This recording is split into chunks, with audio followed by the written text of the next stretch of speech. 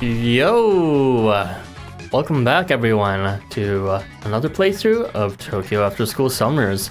Today we are going to be completing episodes 4 and 5 of Protect the Peace, Halloween Police. Let's hop right in. Also very punctual timing, oddly arrival. Welcome. Let me know if the sound is fine and if I'm muted or not, like I was last time. But yeah, to recap, hello Hinran. What we were doing last time.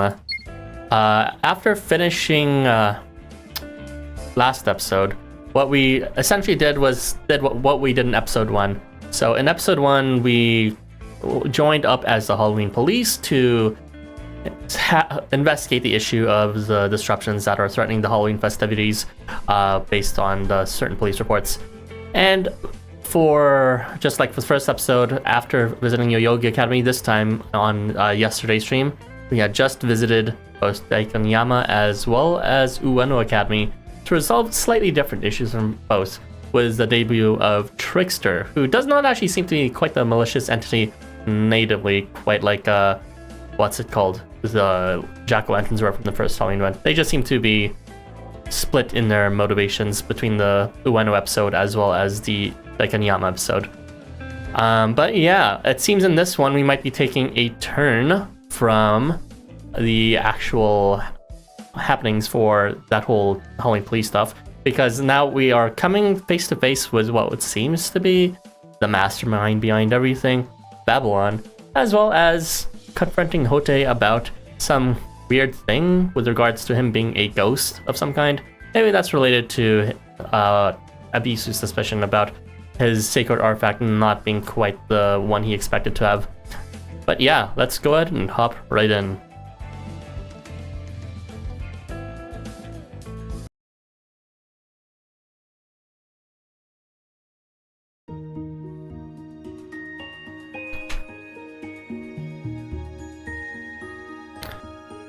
Worlds have many walls to them, borders between one thing and another.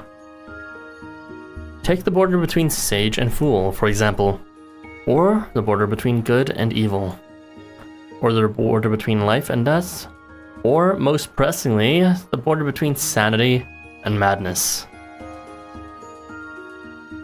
These borders are determined by the age and the beliefs of the people who live in those worlds.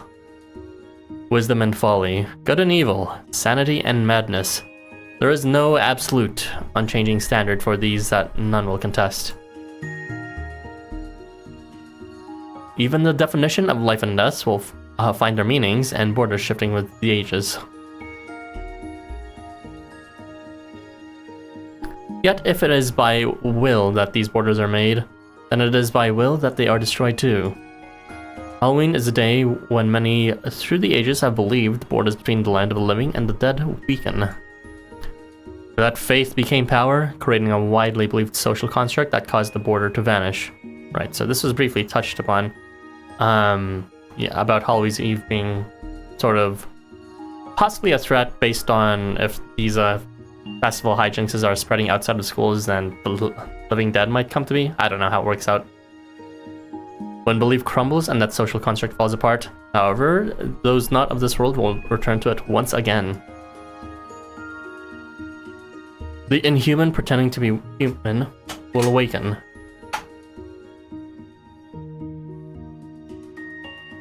The inanimate pretending to be animate will awaken. Most of all, however, other entities pretending to be mad are also likely to awaken. Yeah, that's not good if Zaz's not vacant. Let's keep him asleep, shall we?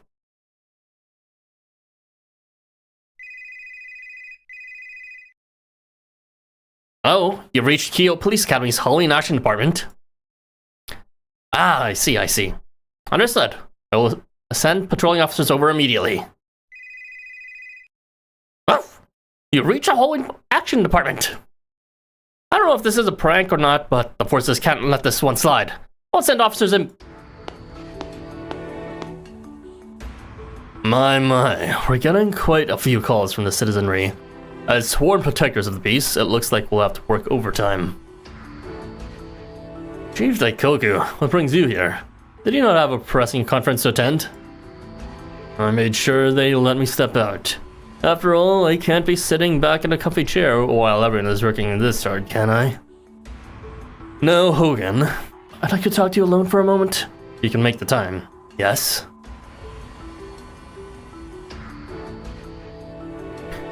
I hear things have taken a turn for the unexpected.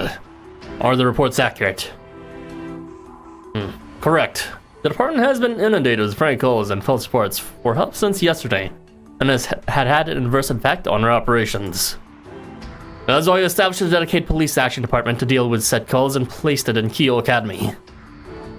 Ah, very wise. I'm glad to see how hard our bright future students are working for me. Or rather, society. But that's not all you have to say, is it, instructor? I imagine there's one more thing. Ah, Chief Daikoku. Not only quick to grab, but quick on the uptake as well. I must admit, though, to losing to you in the former. Let us continue sharing notes, then. You threw the ball yet? You don't want to play catch? Oh, come now, that's no fun. A few days ago, we held a volunteer-run Halloween seminar as a countermeasure to the season's pranks. A volunteer special police team was then formed with my approval, requiring that one of our forces would be there to watch over them. Ah, the Halloween police. Word of them has reached me, as well as word of them stopping prank panics here and there. Yet, prank counts in Tokyo keep rising. If no further action is taken, our social order will break down. Precisely. I keep on skipping it. Jesus. I imagine that you brought me in here to share some wisdom. Me? There's the thought. What could I have to say when one as talented and experienced as you is taking charge on ground? I simply wanted to share my concern about what comes next, as much of a distraction as it may be. Halloween is a day when those of the world pretend to be not of this world. One could call it a day when those of our world and those of the one beyond can mix more easily. You have Toji Sakimori with them, yes? That's right, disciple of yours that transferred in just last month. I've heard he has descended from the land's ogres of old, and that he uses ancient binding magic to keep his blood from taking over.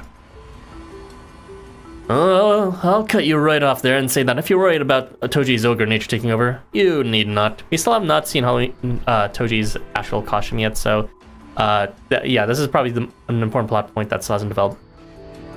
His donning of the Kyo uniform is a declaration of his resolve, as long as he does not intentionally. Right then, Hogan notices a glint in Daikoku's eyes and comes to a full stop. Indeed. As I said before, I'm not worried about your success in the field. As police chief, I have to keep a concerned eye on the bigger picture. Your work in the field to uphold the status quo. My job is to think about what happens when that fails. In other words, the city could possibly fall into disorder despite your best efforts. Then, I will have to be ready for what comes after.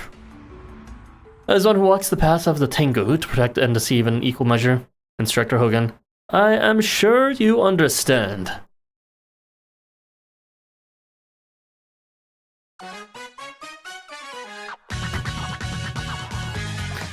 Asakusa and Taito Ward, Nakamise Shopping Street. The third day of the Halloween Police's campaign. Their first day was at Yoyogi Academy, their second day was at Daikanyama Academy, and Ueno Academy. On the docket for the third day is Umamichi Academy in Taito Ward and Toyosu Marine Academy in Minato Ward. What's wrong, dear Arthur? You look positively terrifying. And I don't mean it because of your outfit. You're planning a fun little game, are you? Halloween police? How trite. You see, we're having a bit of fun ourselves, all to make Halloween as exciting as it should be. We have an assortment of fascinating pranks lined up, and I do hope you enjoy them. I'm sure you've seen the Halloween brats. Adorable, aren't they? Well, I'll tell you that they adore me. There are more of us throughout Tokyo working together to make this a Halloween no one will forget. Asakusa is next on the list after Ueno. Do tell us what you think after the show. Right, I guess we haven't seen Nicho's area yet. Considering what Babylon said, is this the whole thing we're doing, or... As you mull over your conversation with Babylon the day before, you find yourself approached by a familiar figure. Beep, boop. Good morning. Let us face the day with bright smiles and enthusiastic hearts. Morning, vending machine. Now we're talking. That's the reaction I wanted. Now that I'm out, good morning for real. How have you been? I've been pretty good.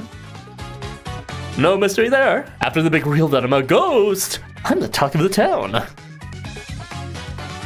Hey, want to see my new walk-through wall, Skag? Huh? No? Aw, come on. No need to act surprised. Quite loudly for a ghost, huh? Aren't you shocked? You just noticed that we're practically reading at the same pace. Anyways, I'm ahead of you, so you're just stopping to say hi. Hello, Joe. Welcome back. And later's immediately after. Glad to see you're taking it a lot better than I thought. Well, yeah, of course I am. It's gonna take a lot more than finding out I'm a ghost to get me to give up my best gags. Besides, it's not like my daily life has changed much, so don't worry about it. No one noticed to begin with. Not even me. He was eating breakfast with chopsticks and drinking from a tape cup pretty easily, so if he doesn't mind, maybe we shouldn't either? That's the guy live more than not worrying. As if he's not alive. No taste of the hootie. Right, is this the intersection of like the life and death to talk about again? You're just going to shrug it off? Well, I guess I could too. There are lots of ghost transients. There are a lot of transients just like that in Tokyo, so there's no reason to get out of sorts about being a ghost. No, ghost type means no belly rubs. I mean, he was holding the chopsticks and, you know, drinking tea perfectly fine, so he probably has a physical form even if he's a ghost. Oh, but seriously, you didn't notice it yourself? Didn't you think any of it strange? I guess you didn't. Sorry you'd say, but you'd actually reading Adventure Instant, so hey, big respect to that. I'm glad you're reading on your own. Everyone should be reading this if they're deeply interested in the story. I'm deeply interested in the story so far anyways. What's it called? And yeah, this is going to be quite a long playthrough for today because this is actually going to be a 4-parter for the first episode. Whew, that's a lot. Oh, our X was this today. Well, going okay? And Toji's not here. I'm pretty worried about this prank stuff myself. I've taken the badge, so I'll see this through to the end. Or well, that's what Lave told me to do when I talked it over with him. But I was pretty close, so I can run down there if anything happens. What is important? But my police work is important too. Let's keep the peace today, yo! Check him out! So, where's our supervisor? Toji is quite strict with himself, so I have to wonder if something happened. It feels like he's been late every time so far. Maybe he's the type to attract trouble naturally. Ooh, maybe this is related to the vampire thing. Ooga booga! Whoa! Now that's a person who's got a cool costume! That black cape he's in makes him look real mysterious! Wait. Ah!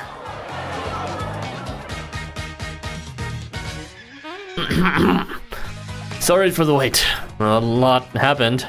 I do mean a lot. So... So cool! What? Whoa, Toji, you look great in that costume. I didn't think you'd wear one, but you really brought out your best. You look just as good in your outfit as I do in mine. I had no idea you had such a secret up your sleeve. You look so much better than Miso in his costume. Hey, what'd you say? Nothing. You went with the vampire costume, I see.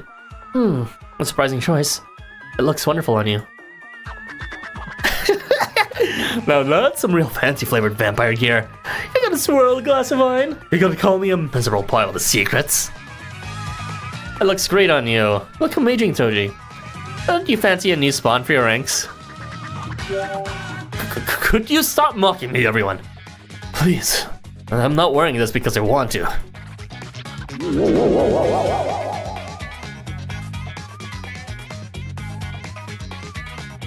Are you sure you want to send me off? As a new officer, my role is to... Hey, don't worry about us. and enjoy your visit. Master Hogan said about as much too. As I'm sure you know, we've been flooded with reports, forcing the officers in the field to play catch-up. Since we can't go out on Halloween festivals, we want you to enjoy we want you to be in the field ready to react when we cannot. Officer Tajikato, why do you entrust a rookie like me with such an important duty?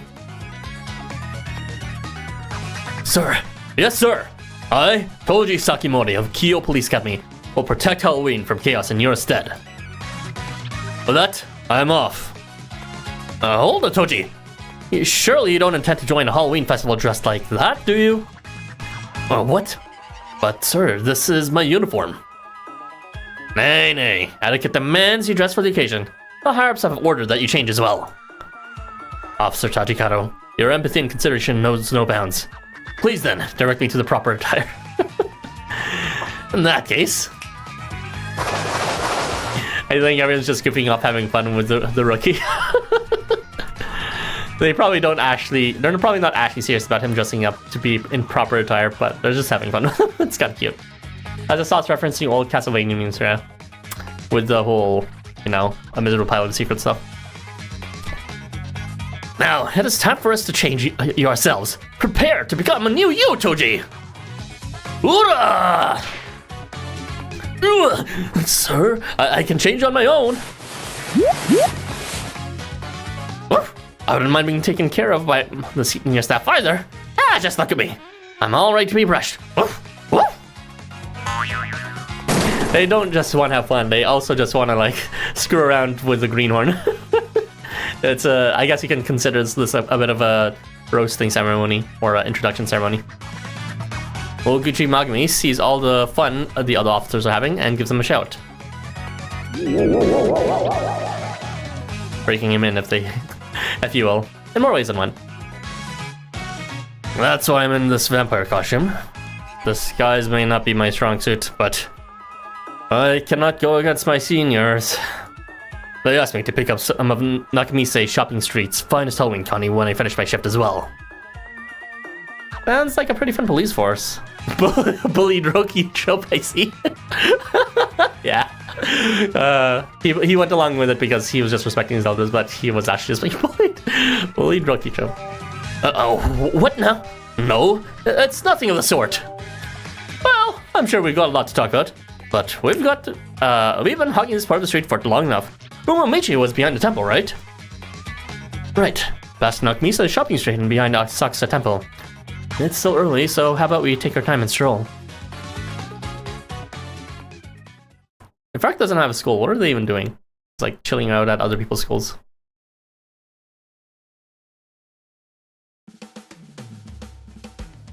I guess you could say she's homeschooled. Or they're homeschooled, rather. Hey, yo! Welcome back, User 15.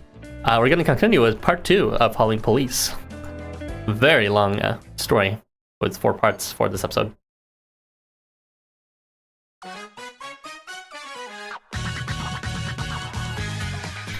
La-di-da! You're in pretty high spirits, Sote? Is there something cool in this temple or something? It's just that looking at this temple kind of... takes me back. Makes me think of the past. The past? Hey, sounds cool. Why don't you tell us about it? I can't remember much yet. Just bits and pieces. Maybe it was too long ago to remember well, but I do remember being with Abisu here and there. It was pretty wild back then, but they're real fun memories. Like I'm peering into a dream. Like a dream, huh? Foreboding. Wait, Hote? You're trying to remember our time on the treasure ship, right? Do you? Amnesia. Hote smiles as he reminisces. Seeing the joy on his face, Abisu cuts himself off and says something else. Yeah, he doesn't want to traumatize him if there's something weird behind that. Hey, don't worry about it. How about we call Ben 10 sometime soon and have us a party? You got something crazy in mind? Yeah, I'm speculating. Oh, really? Ben 10's here too? If so, why haven't you called her already? It'll be fun. I did send her a message, but she said she's too busy getting ready for New Year's. Is that like what's it called? Is that supposed to be like a preview about Benzaiten's eventual New Year's costume? I believe there was like a 7 Lucky Gods costume that she eventually wore. I forgot if that was actually with Inaba though. That was probably last year's New Year's, now I think about it. Oh, the wild beer. Those blank looks out of nowhere. When was the last time we partied all night? What if they put Yozewa in Housamo? That is a peculiar hypothesis. Come to think of it, is Daikoku here too? I remember he would pair up with you a lot. I heard he's here over too, but for some reason he doesn't even try to see. Sorry to interrupt when you're having so much fun, but we are at Umamichi Academy's front gate.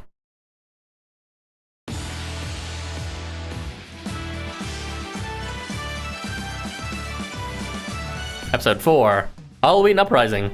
It's the end of the world. Okay, I guess the zombification's gonna happen here. No wonder why it's so long. Hey, it sounds like they're really excited in there. I bet everyone's in costume and having a great time. Listen to all that laughter. Was this the center of the world or the very edge of it? Earthen, allow me to tell you this beforehand. Umamichi Academy is a school famous for its delinquency, and is well known to the police. If danger strikes, hide in my arms. Ooh, someone's sword. Okay. Ooh. The thirst trap Toji's look. He's giving the bedroom eyes. You are mine. I will not let anyone have even a drop of your blood. Where'd this come from? Jesus Christ. We just need the 3 other gods and we'll have a full set, 2 of them, and they'll be shelves for sure. But Jesus Christ, where is this coming from, Toji? I guess this costume's awakening something on him. God damn! Yacht! Toji reaches out and you feel the gentle touch of his fingertips as they slowly caress your chin.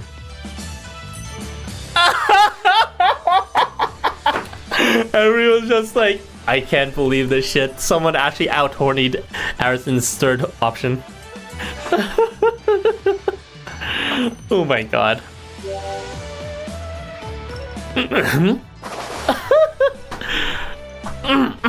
Oh, what was I saying?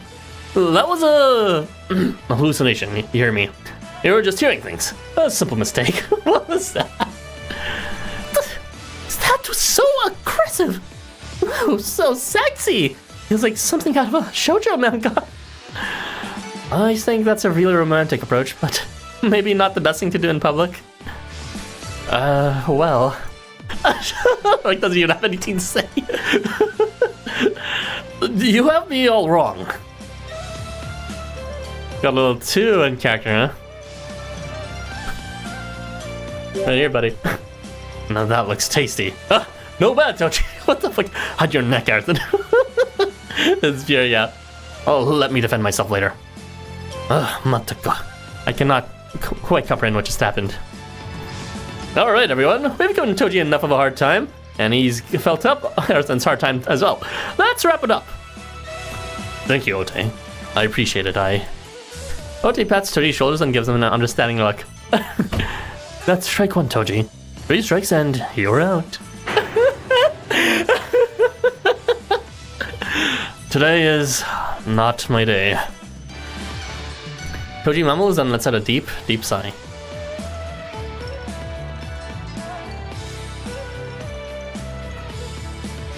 Well, we made it to the school, but it looks like Licho is nowhere to be seen.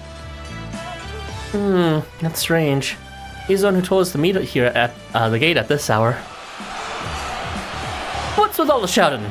I guess they don't just look intimidating here. They sound the part too. Sounds like the party's in full swing in there, so how about we just slip on in? You know, I just realized we're going to school, but which, you know, is obvious, but I didn't realize they never really did anything like that before in any other event. So it's kind of neat that we're kind of exploring every other school one by one. I mean, I guess there was like Ikebukuro Christmas, but that was more also with pit stops, not their actual campgrounds or, you know, school grounds. The HO's probably got his hands full, so we might as well go find him ourselves. Hey, something's coming toward us from inside the gate, yo! That looks seriously cool and seriously exciting. So I think it's a good opportunity to see what every school's about, not just the students within it, but the actual feel of it. Maybe that's the Halloween parade Umamichi is famous for. Weird though. I heard they only had them at night. Oh, here it comes, here it comes. A huge parade born of the banquet of madness. And there's more. This is the one where tricks are left, I guess. Trickia! Coming to you from Umamichi Academy Halloween! Trickia! Charging towards you is an army of vending machines mounted by cheeky pranksters. It's the Halloween Brats, and Hanma and Najiro with them. I knew it. Japanese word for vampire has the kanji oni in it. Oh, so that's why they're kind of connecting oni with vampire. Oh no, you're going to roll us over. Quick, gang! Emergency evasive maneuvers. Starboard, starboard, front, back, does not matter. Just get out of the way! Okay, don't dodge frontward. Take my hand, Arthur. Evasive action.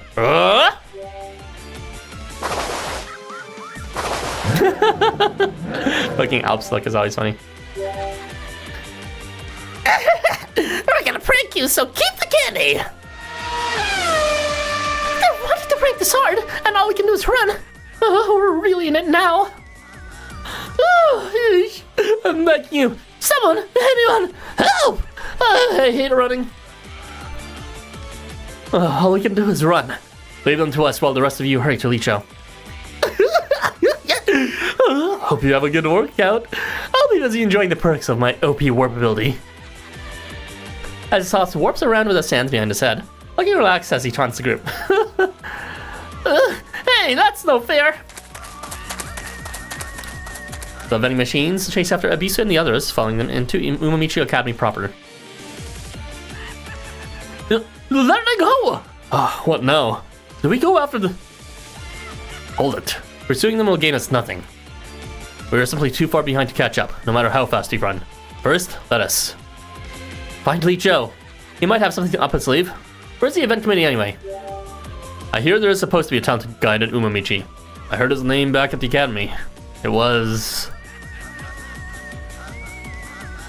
Wait, who kills me? Talented guide at Umamichi. Is this Son of Kumar? I don't even know. God, maybe this is Motosumi? I don't even know. A guide? You just said you wanted a guide? Yeah, he did. How about you show yourself? Cyberdive. This is not what I'm expecting. If it's a guide you need, I can show you the heights of heaven and the depths of hell. Wherever you need to go, allow me to take you. The name is Cyberdive, Umamichi Academy's second year student and Halloween event guide. Leave all your pathfinding to me. So, where do you want to go? What do you want to see? The rest freshman area? The rest area? Hey, there's even a bathhouse nearby. My specialty. Greetings, guide. I clicked an option and I didn't read it. Oh, first I'm here. That's commemoration then. Let's throw in a coupon for the bathhouse I work at the Macaque's Pond. Your timing is uncanny. What were you doing in that tree anime? I see. I got blown away by a vending machine and I've been out cold since. In that tree. Yeah, Cyberdive is based. What's that all about anyway? Somebody told me there'd be a march of the vending machines. All our guests ran into the school building or to whatever high ground they could find. What's gotten into Hanma and Naja? What are they thinking? Oh, right. There's no time to be flapping your gums. Quick, where's Lee Cho? You know, the event committee member. Oh, you want to pay Lee Cho, is it? Sure, I'll take you there. Stick with me and it'll be smooth sailing. The Halloween air is rife with madness and chaos. The curtain opens on this misty night of nightmares. Wait, what was I? That feels so hard to resist. Hey, Toji, can you just take it slow? You feeling off or something? I mean, I could carry you on my back. So I see he was being possessed of some kind there. No wonder why that expression, even though it seemed normal, it seemed so unfitting for Toji. Yo, Zavi. Boop. Welcome back. No, I'm fine. Sorry for worrying like that, Hote. So if we're looking for Licho, he probably won't be in the main room. I bet I know where he'll be, though.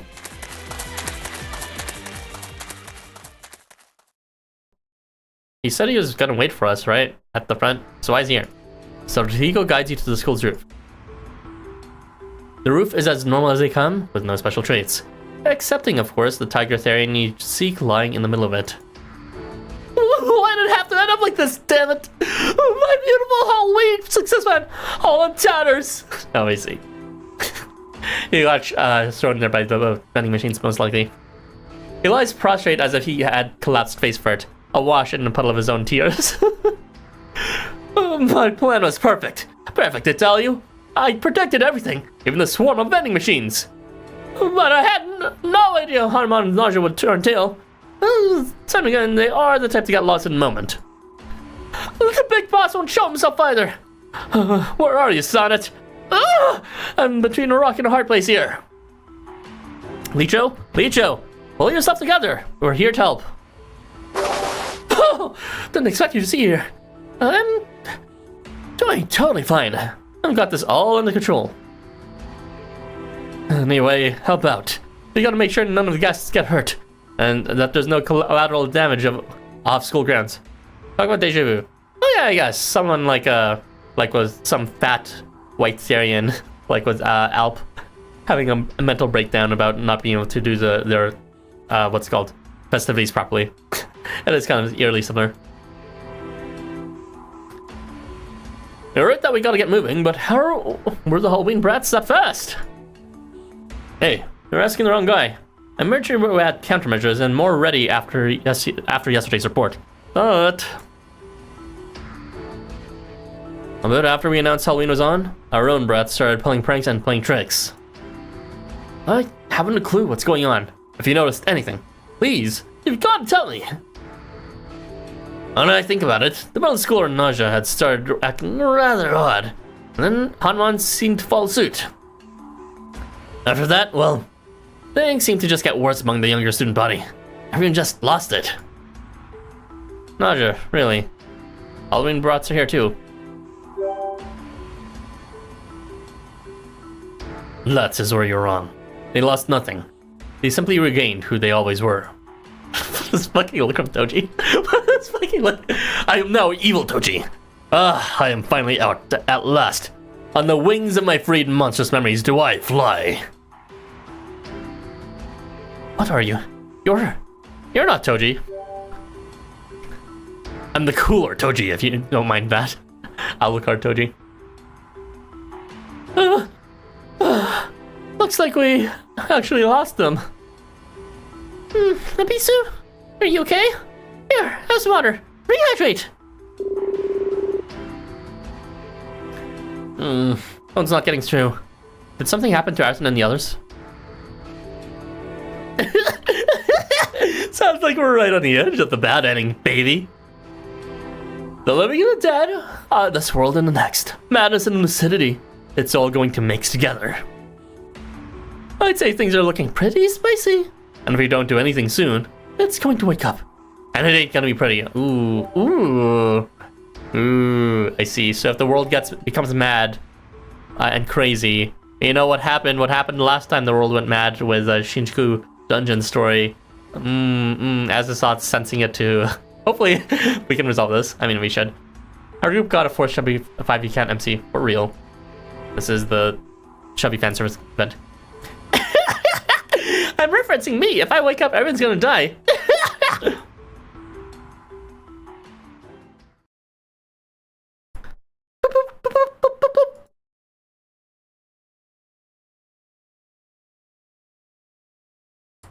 As his thoughts laughter echoes across Tokyo, and a second mysterious voice joins in, as if in response. He found who does. I shall shape the school of madness and corruption like putty in my hands, giving it new life as my palace. For tonight, I thirst, and so great is that thirst that I will settle for less than the finest. What happened to Toji? Did he go full vampire mode for Halloween or something? Heavens, his presence is overwhelming. Cannot help but shudder.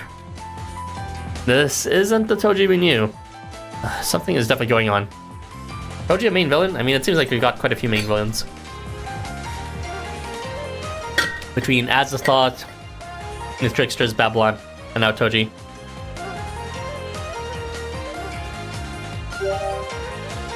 That isn't Toji. What do you mean? I could use an explanation. Still, even I could see something's really off. That isn't his usual smile, as he never looked that cold. Enough of this idle chatter. I am a warrior, as a disciple of the martial path. I despise waste.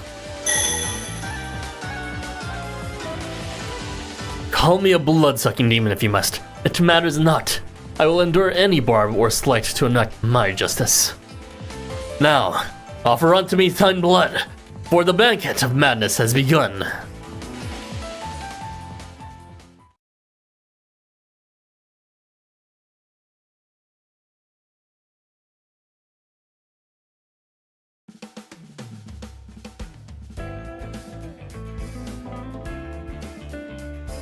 Alright, part 3 of episode 4.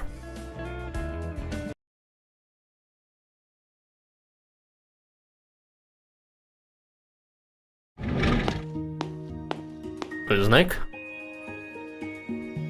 How's he sound? Hey there, Ellie. Just thought I'd drop by and check on how makeup lessons going. Made any progress on those 3 days worth of work? Jeez. Ellie sits in one of the night class rooms at Kabukicho Academy and Shinjuku. The door opens and in pops the teacher, Kuznik. Right, so normally the school doesn't operate at night, and that's what's called. Also, the app doesn't function at night, but Ellie's a bit of an exception, it seems.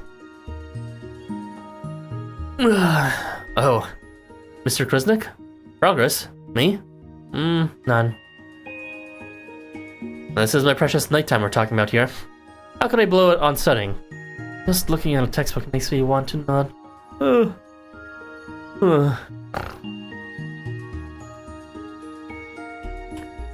That pillow you brought tells me this was nap time to you from the start. Why do you think you end up in these classes to begin with you partying up all night and sleeping in the day? I hear Shinjuku Academy's king of the night has good grades. You're a queen of the night. How about giving him some competition? You just don't get it, Mr. Kuznik. A queen's gotta be free. I must say, students this brazen about their tragic grades and lack of motivation are rare. What will it take to get you to study?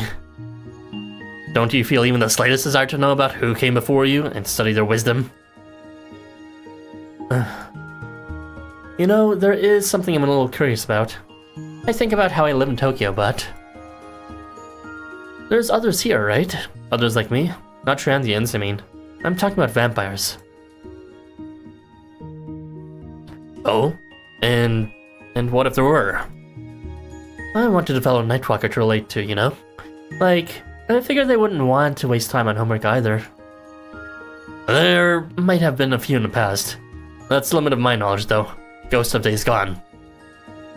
Days Gone, huh? And they were gone too. They got dealt with. They did cause quite a bit of damage, though not much the public is privy to. That is simply how the world works. If you are made out to be an enemy of society, you'll be expunged from it as a monster. One famous vampire was known by his nickname, the Impaler, though his case files remain top secret. Rumors about him took on a life of their own as urban legend. Even in Tokyo, speculation about him runs wild. He was also lauded as he who walks day and night. Impressive for a vampire, though I'm sure he could do the same with motivation. The Impaler, more like Alucard. Well, supposedly in Toji's research profile, it actually is referring to the Impaler. As he speaks, Kuznik gives the student a meaningful look, questioning if she might be a natural-born slacker. Though, we all know all too well it doesn't make much difference to the world. Monsters live in our hearts as individuals and are created by us as society. If everyone points and says something is a monster, then it becomes a monster. Quite true. Even if the accused has no fangs or horns, suggest they are simply hiding them and it will become a truth that overpowers any reality, taking root in the world. The accused monster will also be taken in by the truth. If the world tells them that it is their destiny to seek blood, who are they to disagree? Ooh. real. Hey, Mr. Kruznik. Has that vampire you're talking about been erased from history? There shouldn't be any public records of his existence. I can't speak to what's locked away behind closed doors, though. Sacred artifacts can change masters sometime.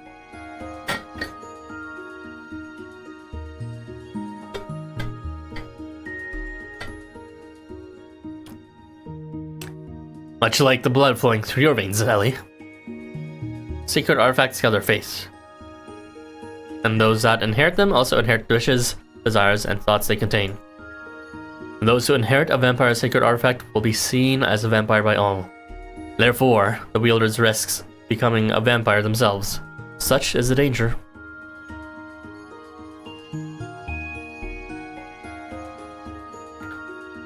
You just might still be out there, sleeping somewhere unexpected. Wait, sorry, this is a bit confusing. Are they saying sacred artifacts can fundamentally transform a person? Because normally it's considered a separate thing from the person. I mean, you know, it's connected by the fact that how they use them is aligned with the person's role. But this is the first time, or at least the first time I can really recall about the secret artifact directly influencing a person. Well, it makes more sense if it's something like blood, I suppose. You just might still be out there, sleeping somewhere unexpected. A facility, for instance, that the average person won't or can't enter. Someplace the average person won't or can't enter. Like inside a police station or something. I see, so Toji brought him out. I didn't expect that kind of deduction from Yali. Well, now that this discussion is over. I think I'll be heading out. See you, Mr. Kruznik. The streets are calling my name. Hey! Wait! Ellie! Oh, goodness me.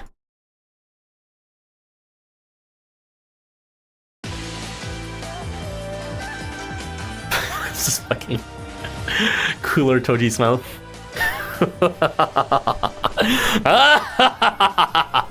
Now come forth and offer thine flesh and blood to my faith. A bloodthirsty smile, on the likes of which you've never seen from Toji, stretches across his face. Are you really Toji? I have always been in this man, sealed away since his very birth. Did they accidentally put that on Toji? Oh, why stop here? I'm not sure why you're referring to now. Toji Sakimori is the descendant of an ogre that wandered into this world long ago. For all of his life, he has imprisoned his instinct to eat the flesh and slurp the blood of men, hiding amongst humanity as one of their own. In the prison of Sakimori's ancient barrier arts have I been locked away, and yet... Now, on Halloween, as the barrier has weakened, I've borrowed the world's faith in the Impaler and emerged to the surface. Not only am I the other Toji Sakimori, I am the great warrior, the Impaler as well. So a dual existence, interesting. Now come, as I skipped the text by accident. Come now, let us have a context of martial arts skills and let blood spill like never before. Splendid, magnificent, such prowess, such faith you possess. Yours is blood worthy of my fangs, and your person worthy of my unholy union. But it would appear that you still hold yourself back. Are you worried about harming this body, this mind? Well, obviously, you've taken over a friend and clearly have him hostage. There's no way we're going all out. Sanctimonious, sentimental drivel has no place on the battlefield. If you wish to survive, you must be willing to do anything and everything. It's based on a faith system that it's inside Toji. Toji is a bit of an interesting story. He's apparently from like the hybrid species of both ogre and human, so a child of both human and ogre. And his Sakimori clan has been tasked to slay all the ogres apparently, historically, which is why when we first see him, he seems very strict about, you know, keeping the peace and is very contemptuous about people using their powers to summon through the app, because back then, before the portals of Tokyo showed up, he took care of transients that showed up before, such as ogres. But you know, it's a bit of a contradictory existence since he himself is an ogre, but in order to fit in society, that's what he had to do. And it seems we got some clarification today that the way he suppressed it was through his barrier arts. So that's kind of interesting. We do know that Toji has something to do with barriers, but I didn't realize he could like place a barrier within himself like that. But yeah, I believe there's also some barrier in relation to his own dungeon too that they had to open up. Abandoned by society and left in isolation. Had I not been willing to do what it took to survive, I would hardly have been able to. For a brief moment, the Impaler's eyes looked hollow as if gazing across a vast distance.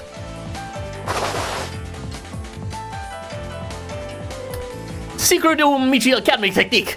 Show us your guts, cross attack! Damn it, he pulled that trick again! He keeps turning into mist before any blows land! Sariko, he's pulling a classic vampire technique.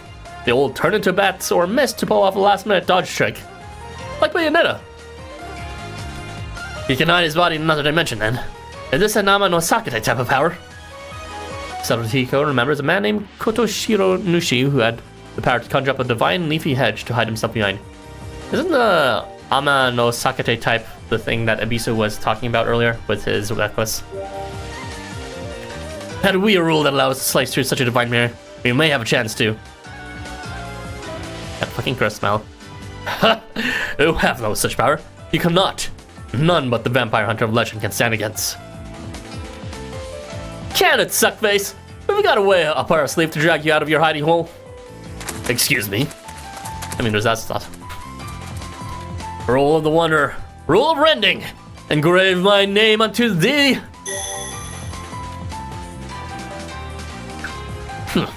What are you? The Impaler, or rather Toji's body, shifts to mist once again. The profile talks about him suppressing his blood with his bear. Interesting. However... Boundless Tail! Give Toji back! Ugh.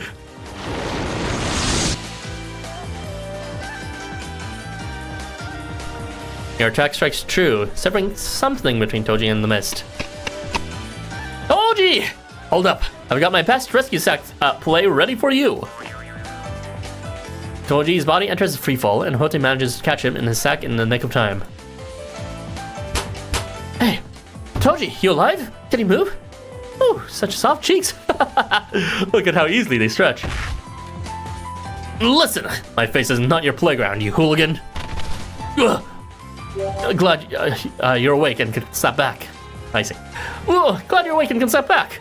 In any case, I thank you for your aid. Wow, Harrison, that was real something. Incredible powers you've got there. Toji's totally fine thanks to that. And my efforts, of course. Hell yeah! Your sacred artifact always kicks ass, Harrison. I'm so glad you're okay. Only problem is, we're back where we started. Not in my wildest dreams had I imagined such a power existed. Hey, everyone, hold on a second. Look at that! The cutoff mist! It's kind of swishing and swirling. Could it be?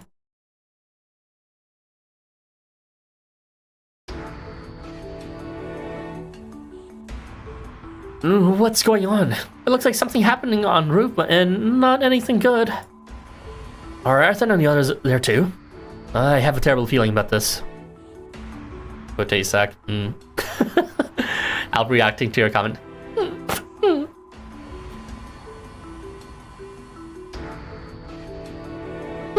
Weird. That scent's real faint, but it smells like dreams? What? That doesn't make any sense. I haven't used my sacred artifact yet. Oh, that's just how it goes, friends. This is Halloween we're talking about. There's no barrier between our side and the other side. Mixed, twisted, stretched, compressed, magnified, and blended. That's the world today. A damn dreamland. Dreams coming true, life becoming a game. Anything goes on Halloween.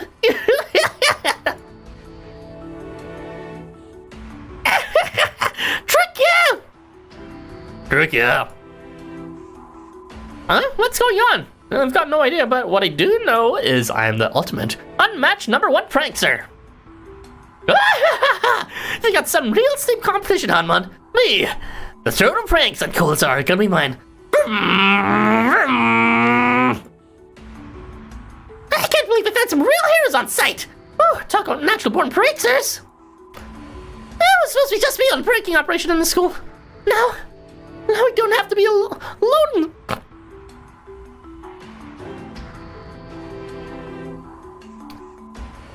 Trick or treat, coochie coochie coo. Not the pits, guys, not the pits. Not my back either. Oh, why you? Hold still, you brats. What's gotten into you? You weren't always like this. I'm gonna nudge our Welling as usual. How many times have I told him not to set a bad example for the kids? Is that really what you think is going on here, Matsui?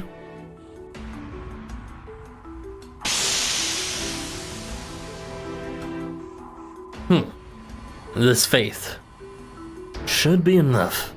Nay, more than enough. I am free at last. Oh, I thank you, children of men. Wait a second, I got this. I feel it. He's a wraith. A wraith or a ghost. A wraith or a ghost? Toji was possessed for real. Hey, Mr. Committee member. Did the manual say anything about sudden ghost busting? Page 12, paragraph. Oh, look out, man! I've got nothing. We need an exorcist, a real one, before our heads start spinning. Like what, a Cyberdive can pull something off? Wait, they're probably not here. One's babysitting and the other is probably babe-seeking.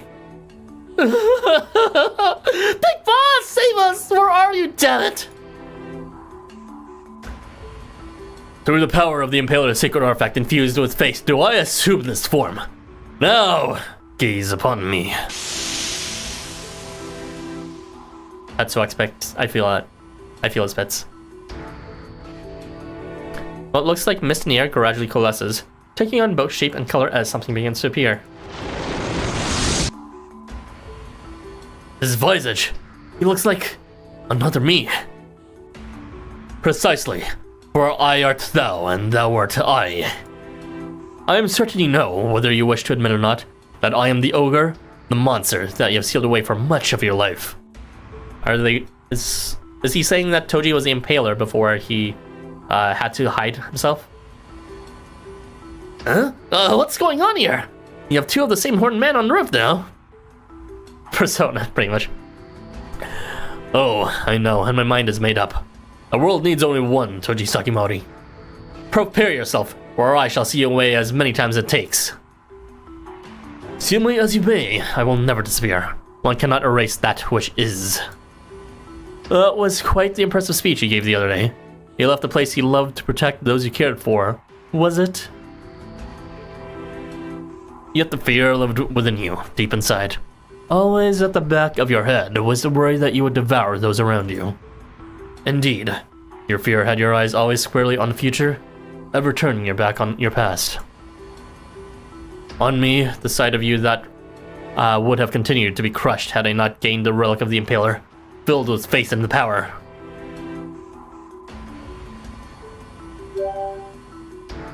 I see, so he wasn't actually the Impaler, but rather, this is truly his ogre past self that he hid away and disguised.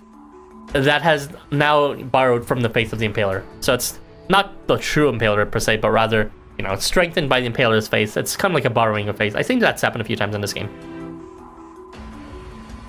It's not quite like a shadow, because a shadow is like something that's cut off from an original. The Impaler was not originally sourced from Toji. Rather, it seems Toji's ogre origins, aka the self he hid himself, you know, which they were hinting at, you know, just like the world demonized ogres, so he had to pretend he was not one and to fit in and to kill his own kind so that he can persist within the Sakimoto clan as someone that's actually accepted. But, you know, that's self-rejection at that point, and he braved that away. And that self that he self-braved now manifests, was not strong enough before, but with the Halloween approaching and the barriers between living and the dead weekend, and barriers weakening too, he was able to escape and grab onto the face of the Impaler, which, is connected to ogres, so I guess that's how he was able to borrow it a bit. It also, connects to Toji himself, since Toji probably actually saw the files on the Impaler, so he probably is sustaining the face of the Impaler by bringing that out. His overly cringe self, I don't know about that. Like a suppressed Oni side. Yeah, pretty much. You can't mean this all started from the caution the officers lent me. I will no longer allow you to turn away. I art thou, and thou art I. Aerothin, this phenomenon will spread throughout the world before long. Dreams and reality shall intermingle, and chaos shall blanket the skies. And that's not good, because Azathoth's gonna fucking kill himself if he wakes up. If his dreams become reality. I would not mind playing with you until then, but it seems another, more entertaining performance is afoot. Wait a second. Performance? You're not talking about those vending machines, are you? Vending machines? Is that what those vehicles are called? Those noble slabs thrashing about with such mechanistic vigor? I have taken a liking to them and shall accept them as tribute. One shall be my mount to celebrate my return. That's a bit absurd, but okay. As if to maintain the figure's faith, the ogre hit her to one side. Toji continues to act and speak like the impaler of centuries past. Right, he wouldn't be able to escape from Toji otherwise. Kind of like Daikoku, in terms of him borrowing some other faith so that he can persist. Wait a second. He kind of has the wrong idea. A vending machine isn't something you... is it just me, or... Was that about of sudden silliness? Though, well, they are moving up a storm. Can't blame him. Farewell, mortals.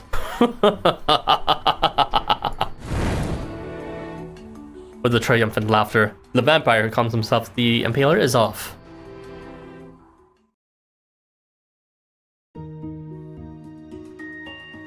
So, like, it's a bit of a mystery of how many people actually know about the Impaler left over, but in the very least, Toji probably read the police files on them, and that's his knowledge of them interacted as a face that would stimulate his own, like, hidden ogre within. This is chaos! This is beyond chaos!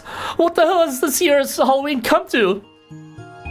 Hello, Icho? Calm yourself. Not that I don't understand how you feel, mind you, but... Deep breaths first. Come! Breathe in.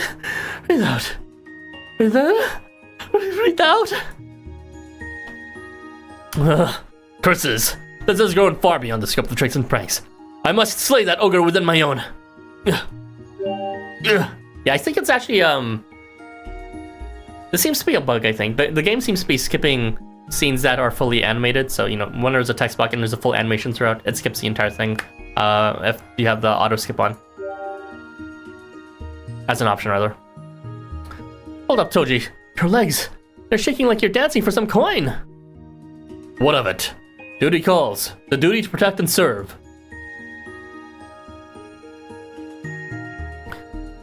For an officer of the law such as myself to harm and obstruct, I must stop him, even if it costs me my life.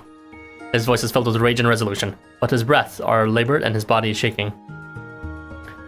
You can't push yourself. Give yourself a moment to rest.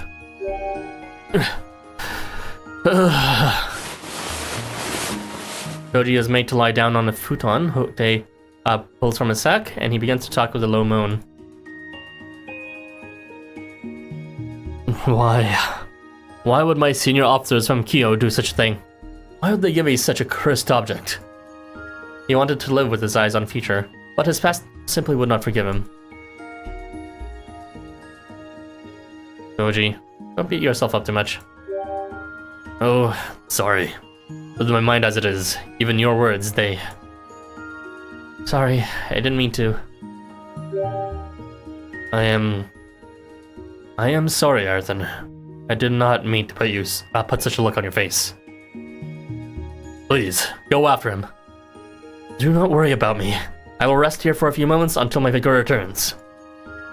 Can I entrust this to you? And worry not. In due time, I will catch up. Got it. Leave him to me. Let's go, everyone. I am in your debt. Everyone except Toji heads for the roof's exit. Before you make it, however, Icho speaks up. Hey, Toji. Hear me out. When things get tough on you, you can't keep it all balled up like you're the only soda in the shop. You've gotta ask your pals to open up you sometimes.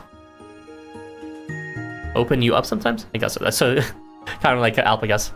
Licho. Licho gives Toji a heartfelt look. Something wavers in the Tiger's Therion's large pupils. Hey, I know we've only known each other for a few days, but I understand a bit of your pain. Having people expect stuff from you can really hurt, but what hurts the most are your own expectations. Your own expectations, and not someone else's?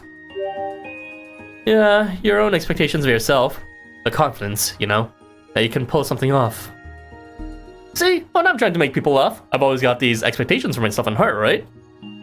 Like, of course my classic gag will make people laugh. I'm expecting them to be rolling on 4. That kind of thing. It's always those times I blow it the most. And when I fall short of my own expectations, oh, you bet I'm down. Sure, yeah, I'll hit it big sometimes. But life's long, and you're not always gonna win. They can't all be winners. Of course. I know just what you mean. When I get really confident and carried away at my work, I always blow it. I think that was part of his character arc in his original story of Hell Hot Spring. Sure, one wants to be confident, but it is easy to lose oneself sometimes as well.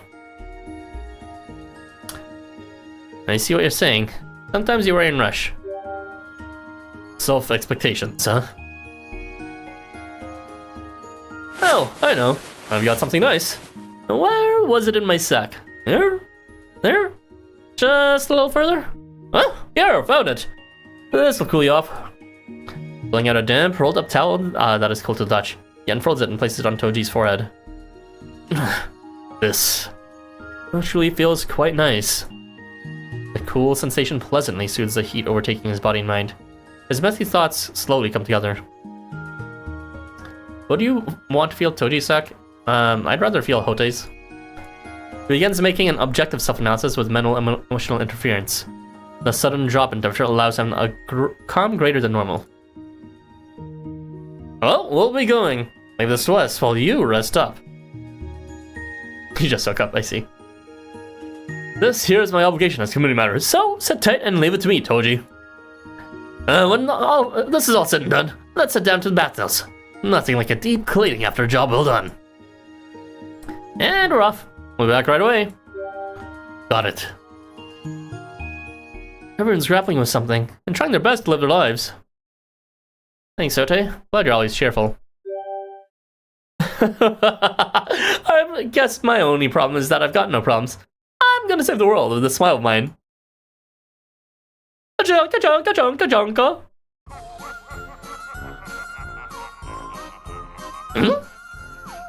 What's the matter, Naja? I don't normally see you looking that troubled. I feel like I was supposed to remember something important, but I forgot. What was it again? Come on. Do you remember? I don't have an answer for you. Was it something more important than our pranks? Probably not. That's how it has to be. My rising stars in the prank world. With you two on my side, nothing can stop us. Stars, really? Us? Me? Well, I am pretty well-known prankster back home.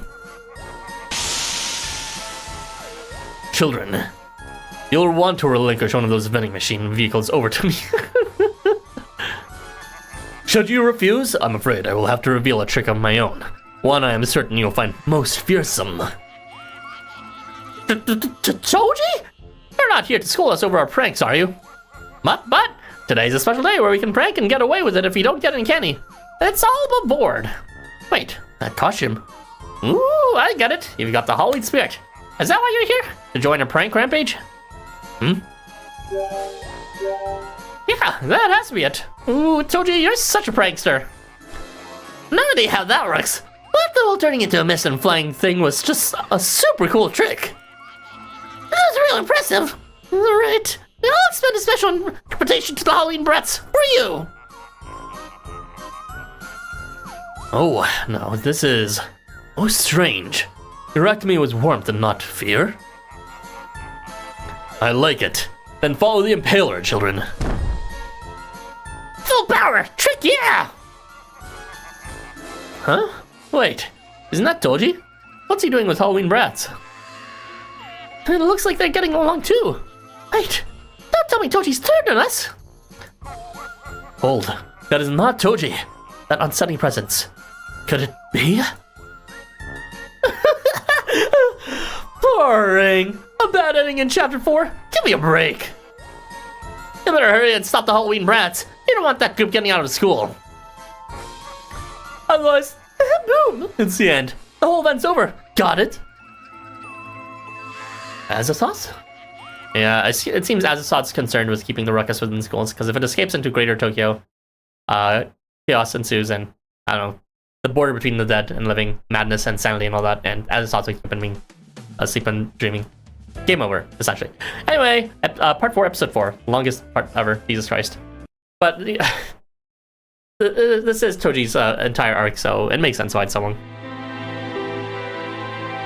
Looks like it has started. Yet? Hearing the sounds from the courtyard, Toji intuits that the battle has begun. He does not, however, attempt to move. He just looks at the sky above and the swirling of something that he cannot see. Okay, there is Sonnet. How's he sound? You're looking awfully slack-jawed, Toji Sakimori. Light coming from behind obscures the figure's face, but Toji can still tell. That shadow. That voice. Master Hogan, is that you? So Sana Kumara is a shadow of him. A very strange shadow at that. Apparently Hogan, you know, is part of the Land of Awe as a Tengu, but fucking, I don't even know what faith Sana Kumara is from, but he's an alien. Apparently that's the right from Hogan. I don't know how that works. Please, Master, tell me, did you know that they had lent me that relic of the Impalers? What if I did? If I had never worn such thing, I could have kept my yogurt sealed away forever. The Sakimori barrier arts creates walls in the heart. And that is what Toji had used to seal away the ogre. I could have lived to make everyone happy, to keep things peaceful, as I've always said. I see, so his primary barrier is not towards protecting others, but rather protecting something within himself. Or rather, sealing something. I could have gone on doing nothing but the right thing. I could have lived for the future. You would kill something inside of yourself simply for the sake of the world? Oh, that's no good. No good at all. When you cast one thing aside for the sake of another, that which was cast aside will cast you aside in turn. Thus, the cycle continues. The world is a result of history's repeated, accumulated mistakes. Toji Sakimori, make use of all that you are. All of your sides. The you before me is not your entirety. In much the same way, the ogre is not your entirety either.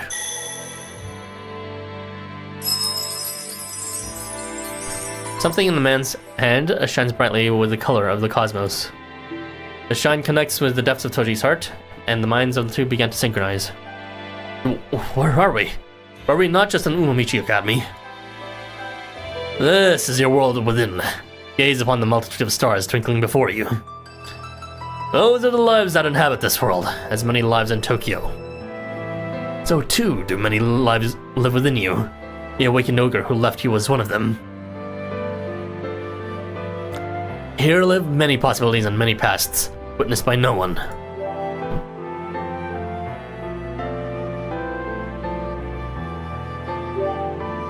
No matter how they are described, truth and falsehood, real and imaginary, they simply exist within you. Multitude of stars and his tits. Well, they're not quite as massive as the stars, but they're getting there. Everyone contains a world within them, a microcosmos. You and Arthur are not the only ones. You saw the ogre as a foe and locked him away within your walls. Yet those walls were made by the heart and vulnerable to wavering. Remember this, Toji Sakimori. Only you can save this world of yours. Okay, Zavi's feeling pretty horny this morning. Only you can save this world and all who live in it. Aw, Sabi. Big love. Yet if you cannot even save this world, why would you think you could save Tokyo and its greater one? Master! If someone gave you the Impaler's relic, they did so because it was what you needed. Is that ogre truly your enemy? Or perhaps... Interesting connection between Sanad and Toji. Because, like, Hogan is kind of indirect with his lessons for the most, but at least Sanad's very up forth. And he learns a lot from both, don't get me wrong, but, like, Hogan... It often feels like his lessons are mostly just a front for his, excuses to have a good time. Even if they, are legitimate lessons. Before he realizes it, Toji is alone once again. Master Hogan! Were you not looking at him directly? That clearly wasn't him. It warms Toji's heart to contemplate the man who had guided him through life ever since his youth. Everyone denigrated and insulted Master Hogan. A warped Tengu, they would call him. Give him life in prison for his revolting behavior, they would say. Yet, Oji Sakimori knew his true form. A serious, resolute, genuine figure of a teacher. My legs, they can move again. Arthen. Everyone! I'm on my way.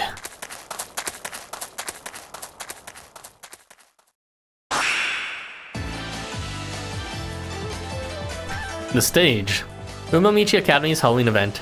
The scene. A fierce battle in the courtyard.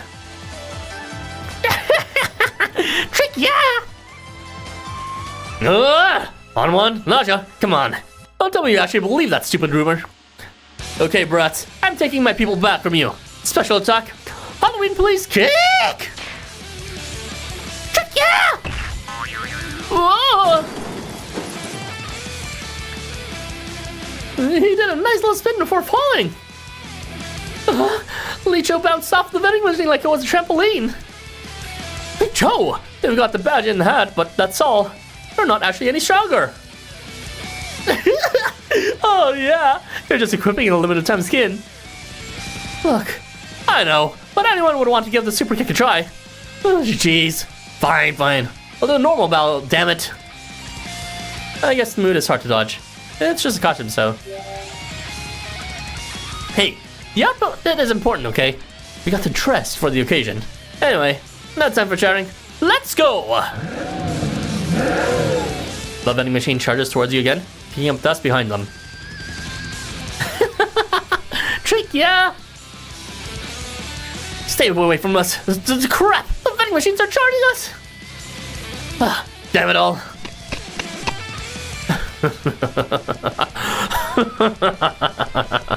Sacrificing yourself to defend mere children. Do you have any idea how much effort I put into this Halloween event, Full? You think I can just let kids get hurt here? I'm working my ass off as a public servant grind, and an event scandal is going to can any further future promotions. So, bring it, snack machines. I'm gonna kick your metal runs back to spitting out Koa and off-brand chefs, and bring Halloween back.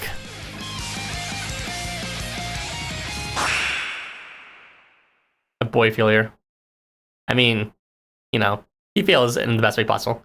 Ada Itsanat is a simply higher spiritual being from Venus who came to humankind evolution. It's really simple. Oh yeah, real simple. What the fuck? Somehow that's a shadow of Hogan, and also, is that even a part of any specific face? What is that? What world is he from? I don't even know. Not Venus, but like, what other world from within this game? Like, is he from Utopia or something? I don't even know. The old ones? Ugh.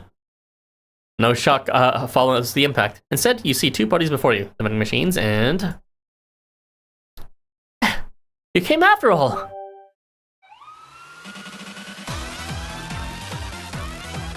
Toji! Toji responds with a bashful look that quickly vanishes as he turns to face his doppelganger foe. Oh, back, are you? That I am. I realized what I needed to do. Toji holds up the object which had been sleeping in his chest pocket this whole time, up until now. No way! You actually kept it with you? Arthen, should I lose myself again? I'll kill out of you, Toji. But don't worry about a thing. Is he gonna wear the Halloween police uniform? Counting on you. Then, his voice bellowing, he says the magic words. Halloween police badge! Halloween police, protect the peace! Yo, this music. I am the exorcist of the Sakimori. No, right now, I belong to a different group.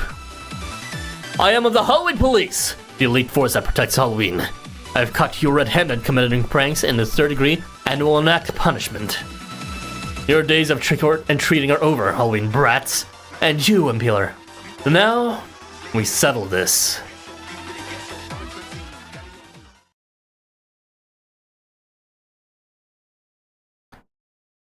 Your battle sequence?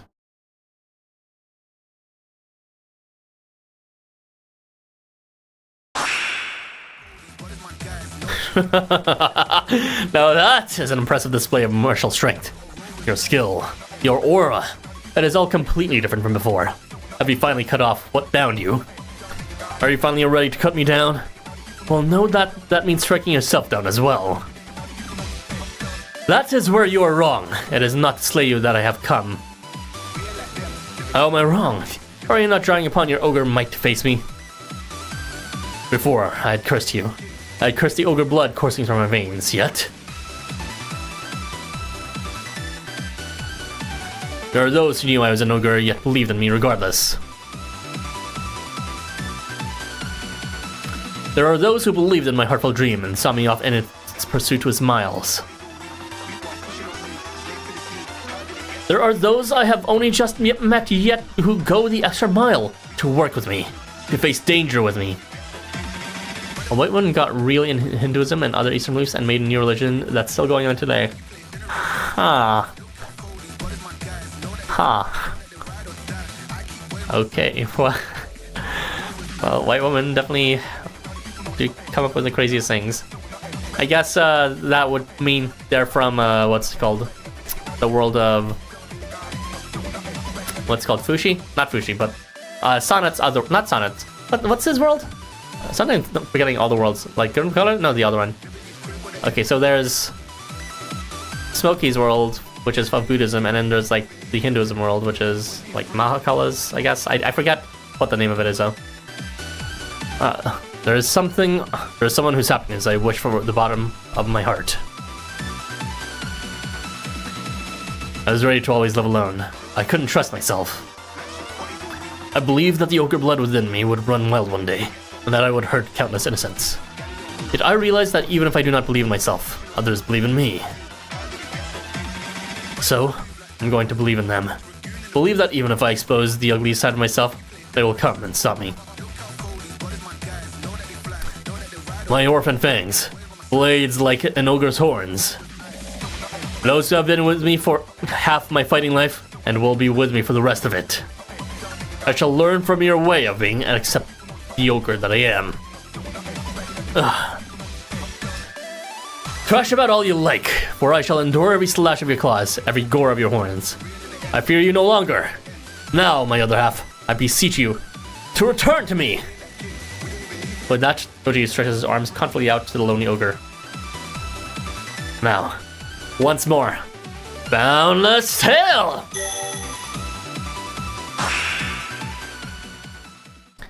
Cut away from Toji's side and reduced to a memory of some former self, Impaler returns to caution form.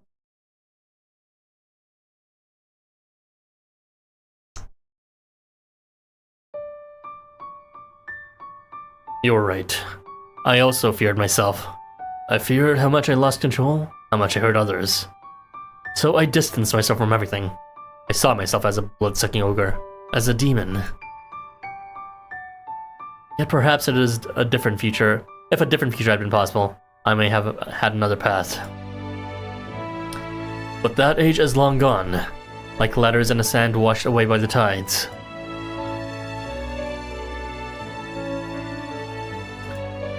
Oh, how long has it been since I have had such fun? Tonight was like a brief dream. Wind blows into the mist, scattering it into nothingness. The being known as the Impaler is no more. Impaler, I shall shoulder your regrets on your steed. Perhaps one day. Are you going to be okay?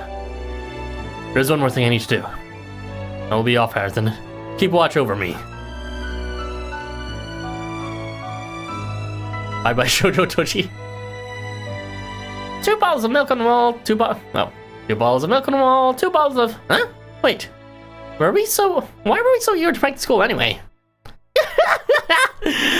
No. That's some serious fun. I think I'm gonna get... I'm kind of pranked out from now, though.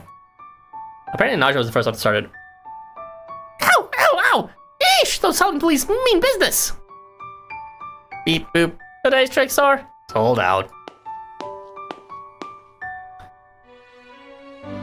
It appears you've no more tricks to play, Halloween brats. Your reign of pranks ends here. Cease your resistance and hold your hands out in front of you. Before that, however, if you have anything to say, I will listen. Toji, you've got to believe me.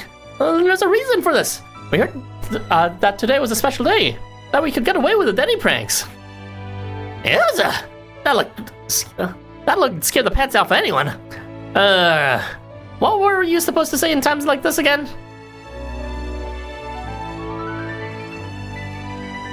Hold on your hands! Does that mean we're gonna get arrested? Beep boop bop, beep boop bop. Gonna get arrested. Banned? Or maybe even. Sorry for playing all those pranks! Oh please, anything but the coughs! Very well. Huh? If you are truly remorseful, I will believe you. If you pull this nonsense again, then I will be there to stop you. That is all. Now, let me show you the reason I told you to hold out your hands. With that, he hands the children little bags of Halloween candy. Aww. Happy Halloween. Try to go easy on tricks. Alternate ending handcuffs and still candy. He proceeds to lock Hanuman in some unknown ditch so that we'll never see him ever again. Toji smiles at kids, a natural smile from the heart. Aww.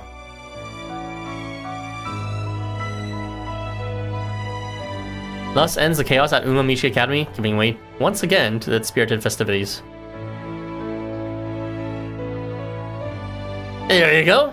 Umamichi Academy's finest fried noodles. Serving size, extra large!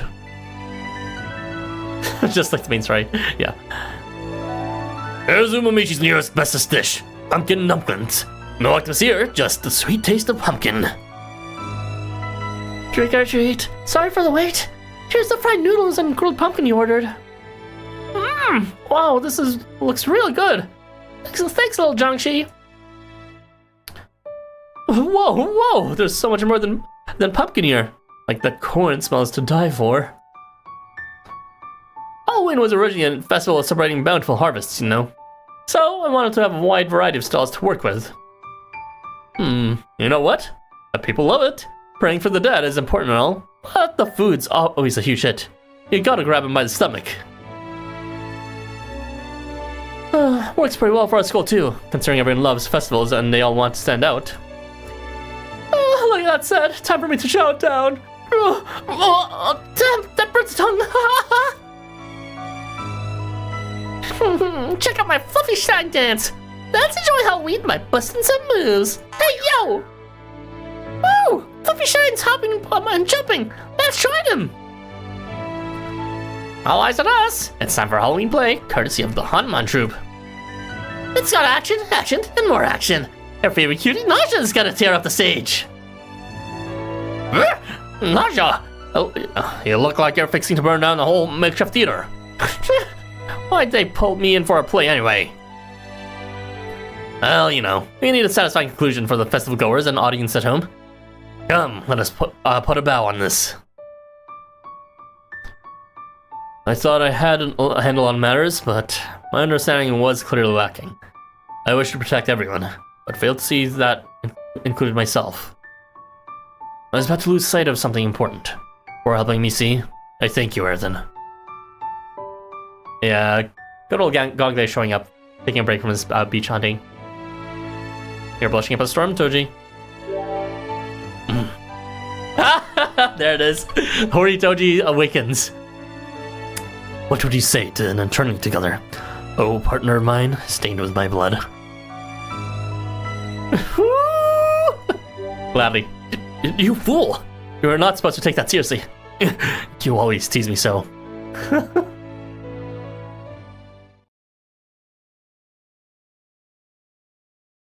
I'm sorry to interrupt your fun, but I have pressing news. Will you hear me out? Ah, Ark! Where were you? Come on, let's join the festival. I thank you, Elf, but I will have to save the festivities for later. Did something happen? Ark takes a deep breath and appears to have reached a decision before speaking. I need your help. I will just come out and say what we face. If nothing changes, this Halloween will mark the end of Tokyo. Yeah, there it is.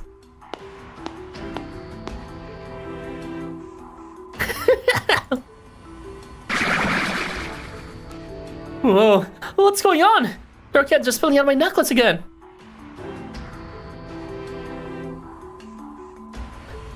Yeah, I still don't understand what's with the necklace with the random retorts from it. Even without Halloween here to weaken the wall of faith, Tokyo will meet the same end. Adjusting his white gloves as if to hide something, Police Chief Daikuku wears a melancholy smile. Indeed, the Up's walls of light and the academies and their battle zones were consigned to suffer this fate eventually. Transients and the student app users share a certain faith, that faith being that if they are in a space that contains them and only them, they can each use their supernatural powers, their rules.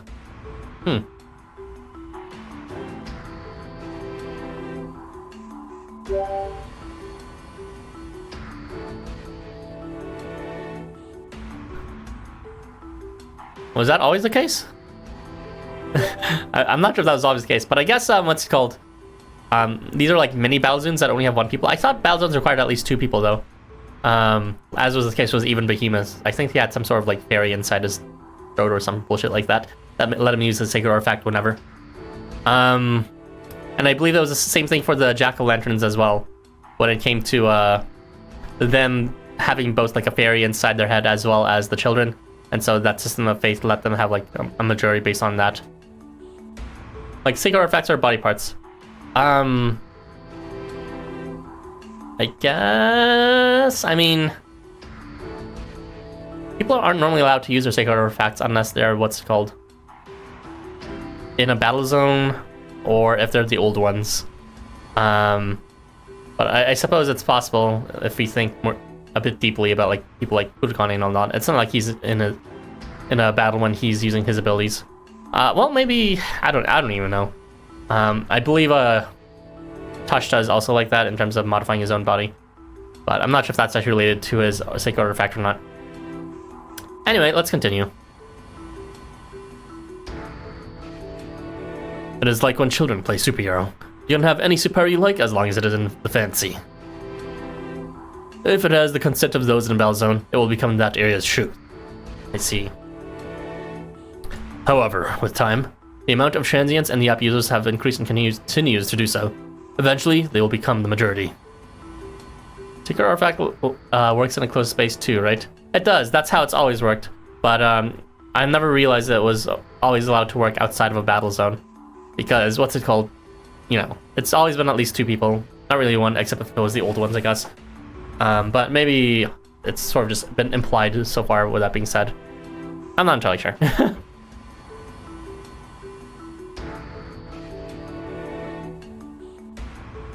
A natural conclusion of population changes. What will happen then? I believe this is what they call Day X in the other timeline, or the main timeline. The rules inside the wall and outside walls will switch. The superpowers, or rules, of the other worlds will be usable all throughout Tokyo. The same rules will be applied to the locals as well. Take the rule of Halloween, that the dead will rise on the day of the festival.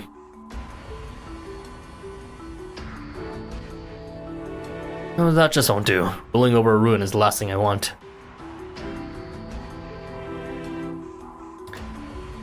A mix of dreams and reality, like a marble patterned cookie. Maybe it's lacking in some excitement, in some fun. Maybe it needs some colorful, cute spice. Oh, do you wish for that to be the case? To be reality that unfolds? Then allow us to crawl into the scene and be your limbs. A good pop star is always gotta keep him waiting. It's meow time, don't you think? Time to hop on Holly to the bad ending.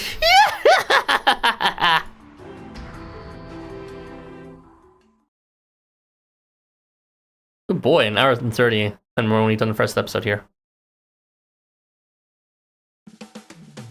Okay, buckle up everyone. We are going to be finishing episode 5 as well today. Let's do this.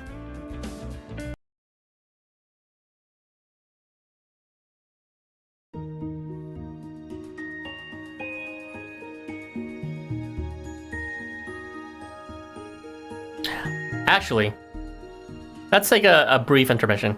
So, brief break, 5 minutes. Be back at 8:35, 8:34, something like that. You know, I'm not gonna miss this opportunity to stretch my legs and all that. But yeah, I'll see you guys in a bit.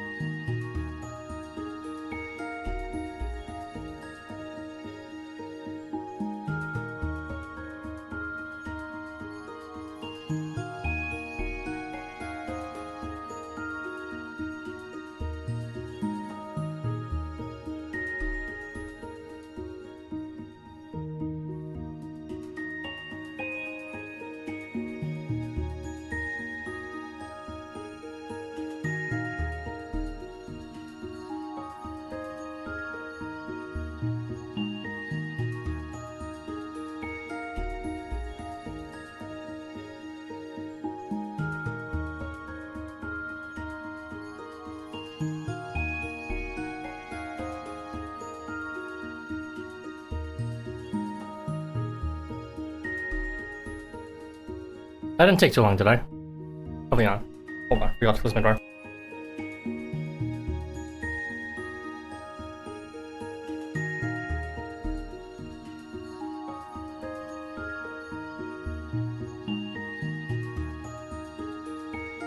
Okay.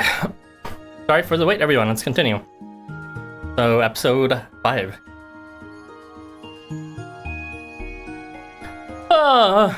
I guess this has to be where the dream ends, huh? But he finds himself staring at a scene of endless blue. It's the same scene in which his dreams end every night. The anonymous monk of his dreams wanders a great distance, going on and on until his journey brings him here. Talk about your loading spots. Really though, who is this guy? But he has long grown accustomed to his dreams of becoming this mysterious monk, this anonymous other. He has grown accustomed to this wide expanse of empty blue, as barren as the sea floor. The expanse has no rules, no meanings, no meaning. No up, no down, no left, no right, no gravity, no landmarks. Yet he always finds himself ending up here, as though it were some form of holding cell. I appreciate how pretty it is in here, but seeing it as much as I have has really left me bored. It's not like I'm floating in the water either. It's like I'm in slow motion, made to move an inch an hour. And it's boring as hell. All he can do is wait for time to pass and the dream to end. He cannot count the number of times he's been in this dull sea. He lets out a yawn and mutters a familiar thought. Hope I don't wake up to find I've wet the bed. Funny. It's the same nonchalant remark he mutters every time he finds himself in this unending dream. All on his own, he cannot recognize that his lack of worry is, in itself, unusual. Guess I'll pass the time by recalling what I was up to before I fell asleep. We were at Humamichi Academy, right? What was the last thing that happened?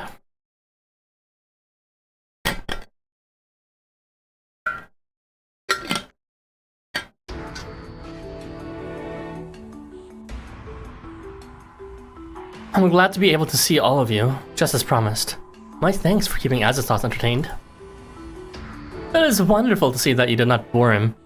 Things get rather terrible, you see, when the boys are no longer having fun. Thank you too, Ark, for bringing them to me and on such short notice. Now then, Aerthin, how have you been liking this Halloween? Quite out of the ordinary, is it not? Don't tell me you're behind all this. Were you controlling the kids? Seeing all of this, Aerthin, is that truly what you think? I don't think so. Indeed, I may help children, but I do not believe in using them. We believe that should nothing change, this Halloween will bring about Tokyo's end. And that is a conclusion.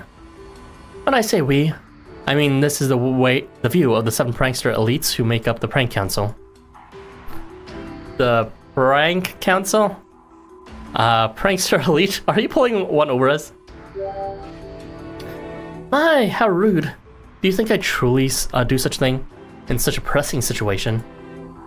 The prankster elites are a master of the craft, pioneers in the art of practical joke. In hopes of brightening this year's Halloween, we showed the children our cutting-edge tricks. It seems we inspired them a little too much, however, and many attempts to imitate our tricks. That I do regret. The events you Halloween police battled in all had us acting behind the scenes. When we asked you to mess things up, you know what, fine. You know what, fine. And? Those on the cutting edge are hardly ever understood.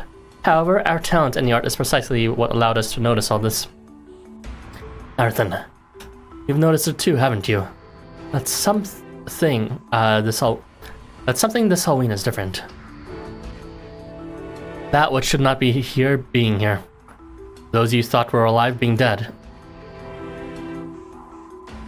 Or perhaps you have had dreams of selves you have never seen before. Huh? Weird dreams of selves that aren't me? I haven't had any. Oh wait, that's just how I always am. I live in other people's dreams. Right. True, but there's not enough points in common. Oh, wait.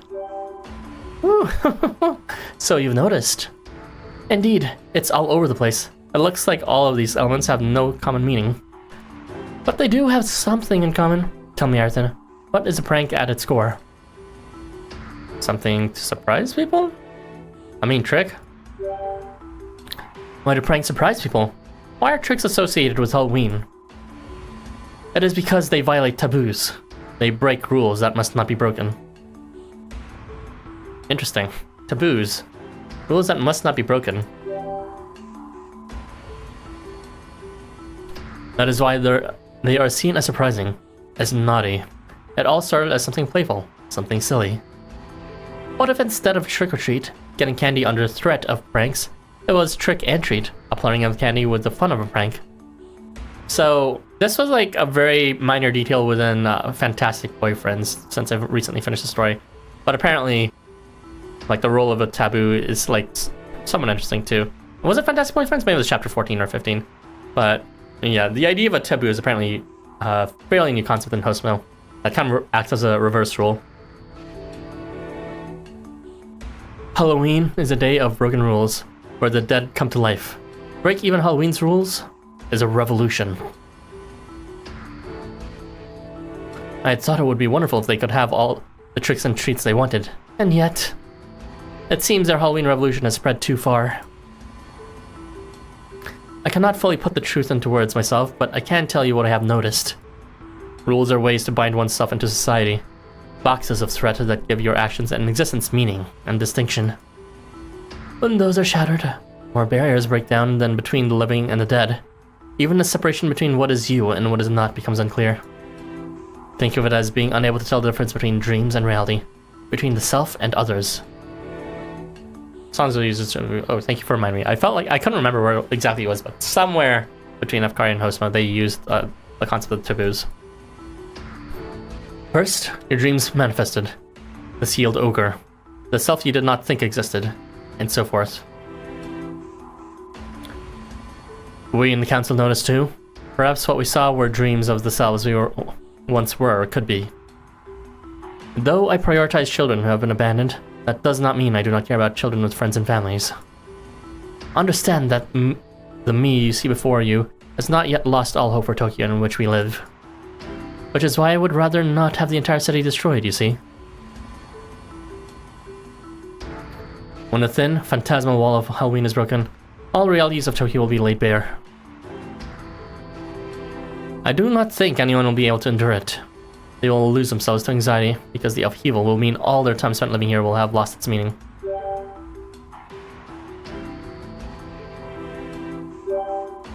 That is what it means to truly know everything. That is the same as knowing nothing. Isn't that right, Azathos? With you being both ignorant and omnipotent.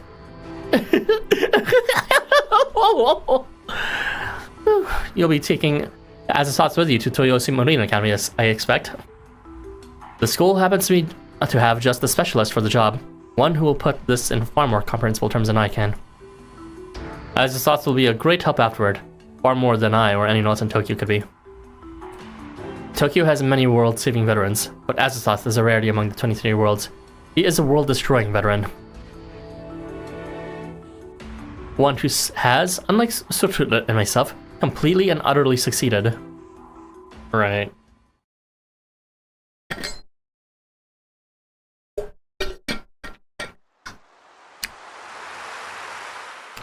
As we saw with the Shinjuku dungeon. In the Koto ward of Tokyo City lies Toyosu Marine Academy. I don't think I've seen this art before. Facing the mouth of one of Tokyo's rivers, the academy is awash with the scent of the tide, making visitors and students alike think of the wide open sea. The academy studies all elements of the seas of Tokyo and of numerous other worlds connected to it.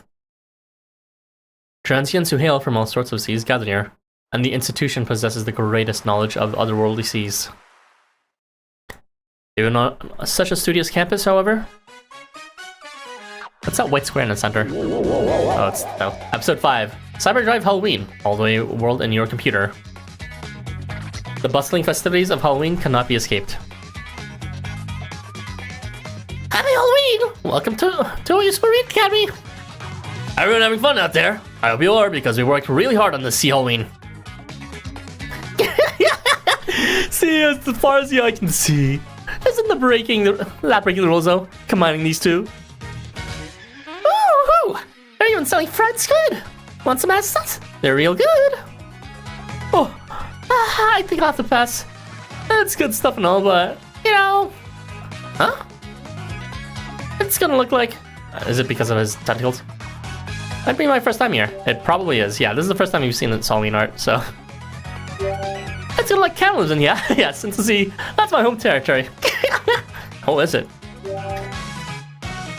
So this is Toyosu, huh? Hot dog, I've been looking forward to this. It's not like you're here to play or anything. Just observing how other schools do things, okay? Giving fried squid to a person with tentacles, yeah. I mean, you know, I'm sure there's more taboo things in this world at this point. Come on, come on! Come on! Here's Toyosu's new hit food, the Mummies Ebisu rolls. Oh, it's right here, huh? Hey, they've got Ebisu rolls here. They're like puppies. That's so cute. Eita is doing his best to put on clothing properly. Hey, those true Ebisu rolls are selling like hotcakes because they're scuffing them down. Just look at those smiles. You want to head over there, Ebisu? Like, it's a perfect chance to get popular in front of everyone. I just want everyone to enjoy eating the stuff. I handed over the recipe too, so I'll leave it to them. Anyway, it's been a long road, but we managed to get to Toyosu Academy on schedule. So, how are we saving the world? Mr. Hogan has been rather sparse with details as well, but he told me to work to stop Tokyo's destruction. Just what is supposed to be here? What is our goal? Let's just keep calm. I'm just doing as I've been told to. Well, we did get told the world is on the brink of ending, so it's not like the Halloween police can sit back and do nothing. Life of the 7 lucky gods was no cakewalk, but being on the Halloween police force is pretty taxing too. Well, when it comes to what we've actually gotta do, I've got no idea. All we can do is believe it and, well, follow them. I thank you, Hote. Oh no, not this cursed ass background. Hey, isn't this the University Side Sea Expedition research area? Oh, you're finally here. Get in here, my beloved treasures. I knew that's fucking eager. You open the heavy door and find yourself in a lecture hall where one might give an academic presentation. Welcome to Professor Ager's research presentation. And happy Halloween. Glad to see you. I don't know it was you, Ager. Professor Ager. Welcome, Halloween police, my brave children. Huh? Zufur and Professor Ager. The boss rush, seriously? Oh, that's so cute for you. It's got a real Hall of Favorites, last bosses. I guess that's true. We can consider Ager the boss since he was actually the final villain for his own event. And, you know, Sota is his own world that was stopping us as well, of Yggdrasil. Sorry for the wait, Father. And Professor Ager, I must thank you for helping us. I'm glad to see you, my treasures. Come in, sit. We will talk once you are comfortable.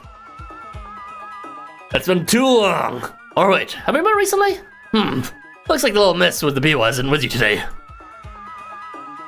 She's off on her other business today. That aside, Professor Ager? Oh, go right and call me Ager. You got more than earned my respect, Ebisu. Now then, I see some unfamiliar faces. Let's say we start with some introductions first.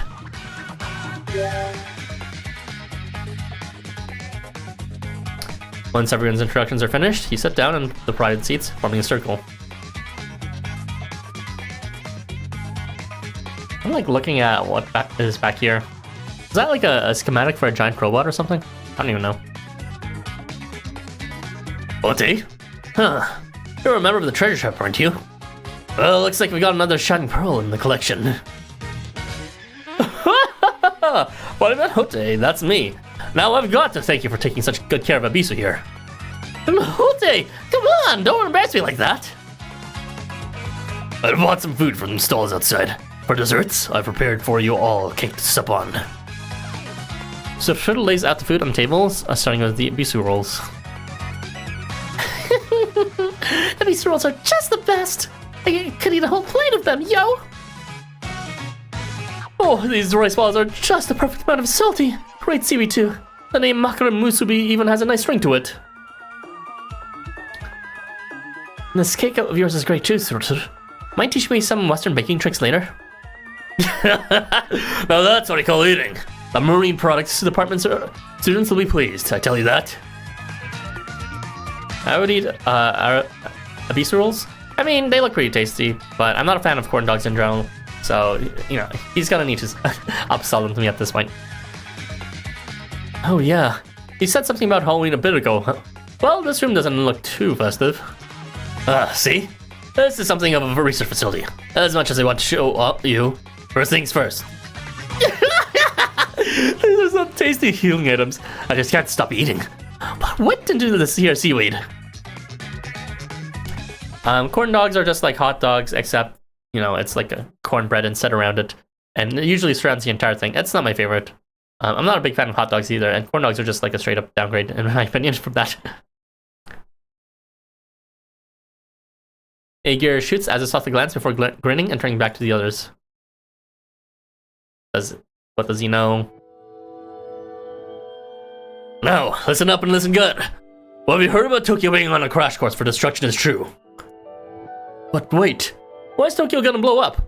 Were the Halloween brats really that big a deal? It's not them. The culprit's the rumor spreading through Tokyo. Ooh, so it's the belief system again. That's becoming a common theme, and I kind of like it, because this is a unique Housamo thing that not any other game or sort of series can really do. And it is more abstract, but it is also more of a tangible thread within this well-established universe. As was the case with Sunshine Christmas, when, you know, Christmas was almost cancelled just because of the belief system that wouldn't happen if it didn't snow. You know the Halloween rumor, right? Oh, you mean the rumor about how if you don't get candy on Halloween, you can prank people all you want? Yes, the very same. Through social media, it spread over the wireless waves and into the minds of innocent children who thought it merely something to laugh about.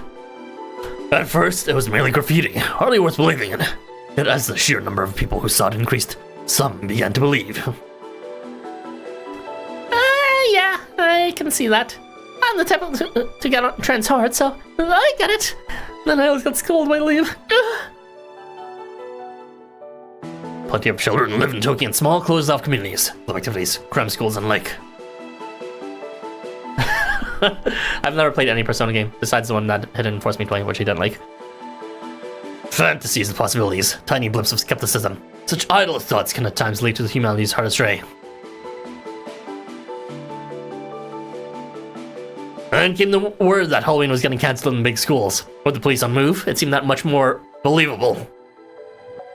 Aiming the force's decision to err on the side of safety on the small chance something happened had the opposite effect. Hey, reel it in. That's just how things ended up, that's all. Still, in a place like Tokyo where all sorts of other worlds mingle, the only thing that's impossible is anything being impossible. That's why people believe. That's why the state of affairs is possible. So that just escalated. The rumor spread and... yeah, it grew until the majority in Tokyo started believing it, giving it some real influence. Aegir speaks from all his time spent researching to satisfy his thirst for knowledge. Wait, but they were all good kids! They said they were sorry and took the candy. Yeah, we all worked really hard turning the kids' pranking all those schools around. If you look at Tokyo's demographics, you'll see that you were just working with a tiny slice. It was a stopgap measure, that makes sense. We were working with individual events across social media trend. The pace of the pranks only increased, reaching heights thought nigh impossible. Still, your efforts were not wasted. We gained enough time to come up with a countermeasure. We have you Halloween to police and the children who believed in you to thank for that. Wait, but Toyosu was okay? The Halloween brats didn't show up? You don't need to worry about that. Brats showed up, sure, and I showed them nothing but the finest hospitality. There were some pretty impressive rats, I'll have you know. Though they turned tail and ran when I tried to give them candy. Poor brats, they picked the wrong guy. Aegir does like the mischievous. From your tone, though, It sounds like that only bought us time. Okay, so it's not gonna be as episodic as dealing with flying vending machines this time. So slowly nods in affirmative. I'm sure that you have heard from the Babylon that Tokyo is on the brink of destruction. The people's faith in Halloween gives it the power to overturn Tokyo's common sense during the season. That is about to be made worse, birthing a world with no rules.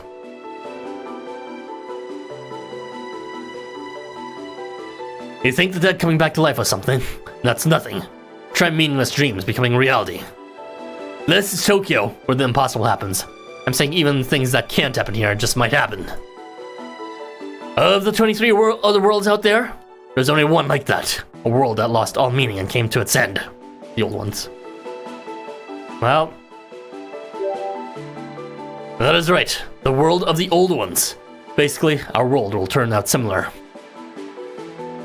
Tokyo will be overrun with madness, and when that happens, well, I don't think I need to explain. They say the world of the old ones is where the border between dreams and reality has eroded.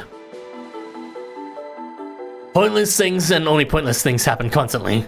Sounds no different from a nightmare. So that's what's going on? So that's why it's been a little like dreams lately. Well, we have to stop it. That's going to ruin Tokyo. This year's Halloween is the trigger. We can't let that happen. I won't allow it. Worth bringing. Hote? Halloween's a happy time when kids get candy and smile. We can't let it turn into a nightmare. That ain't what Halloween's all about. What do we do? What do we have to do? Tell me, please, I'm all ears. We Halloween police will do whatever it takes. Everyone looks surprised to hear the dreadful urgency in Hote's voice. Who could this be? Maybe it's Dagon?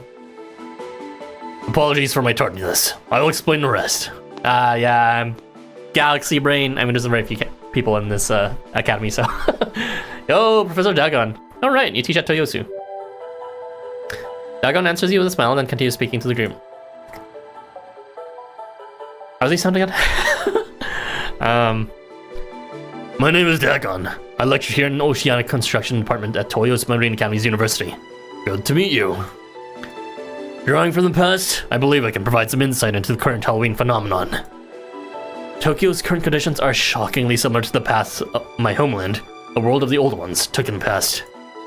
I am descended from Cthulhu, and it was the dream of his more distant ancestor, Azathos, that my world merged with.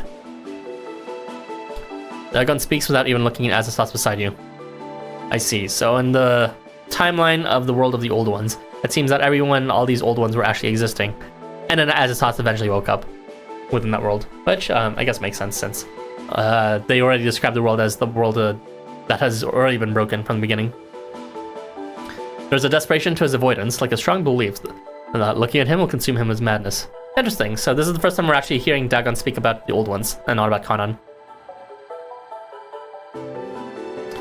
On the other hand, you could say that only we of the old world are able to choose a different path, knowing the failure of the past. I will abbreviate the process and state the conclusion. The current problem we face is one of continually escalating pranks. We need to contain all that faith that has been cultivated, and for that, we need a rule able to store an infinite amount of formless concepts. That means we need the sacred artifact Fortune Bag Hote has. I speculate that it will get us out of this mess. Huh? My Fortune Bag secret artifact? Wait, Professor Dagon, how do you know about Hote's old fortune bag? I specialize in constructed objects related to the sea as well as those who crew them. I'll explain later. Now, Hote, out with the secret artifact. Did Ben 10 tell him about it? Hold on, Professor Dagon. Fortune bag secret artifact? What? Hote's secret artifact is... let me explain. See, the secret artifact Hote has now, it's... What did he describe it as? The secret artifact is a sack? Isn't that not what they were describing just now? Fortune bag sack, it's the same thing, what? Yeah, No matter how much you hold me upside down and shake me, this is the only sacred artifact I've got and have ever had. I can store anything with a shape it and preserve it for as long as we need. That's my sack, and that's all I've got. The pranks? Something shapeless? Like an idea? I can't stow that away in my sack. What? You mean you don't have the fortune bag? This is not that rare of an occurrence, but finding out with this timing is terribly unfortunate. Sorry. Oh no, this is nothing you need to apologize for. However, that does mean... Oti, I hear that at present you're a ghost.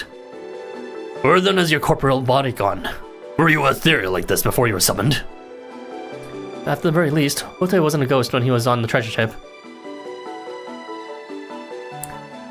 In that case, your fact may still be attached to his corporeal body then. That makes sense. Excellent hypothesis, Soter. Which means searching for his body comes first. Do you have any ideas, Sote? Any leads at all? Hey! You can't just put it on the spot like that! How am I supposed to come up with?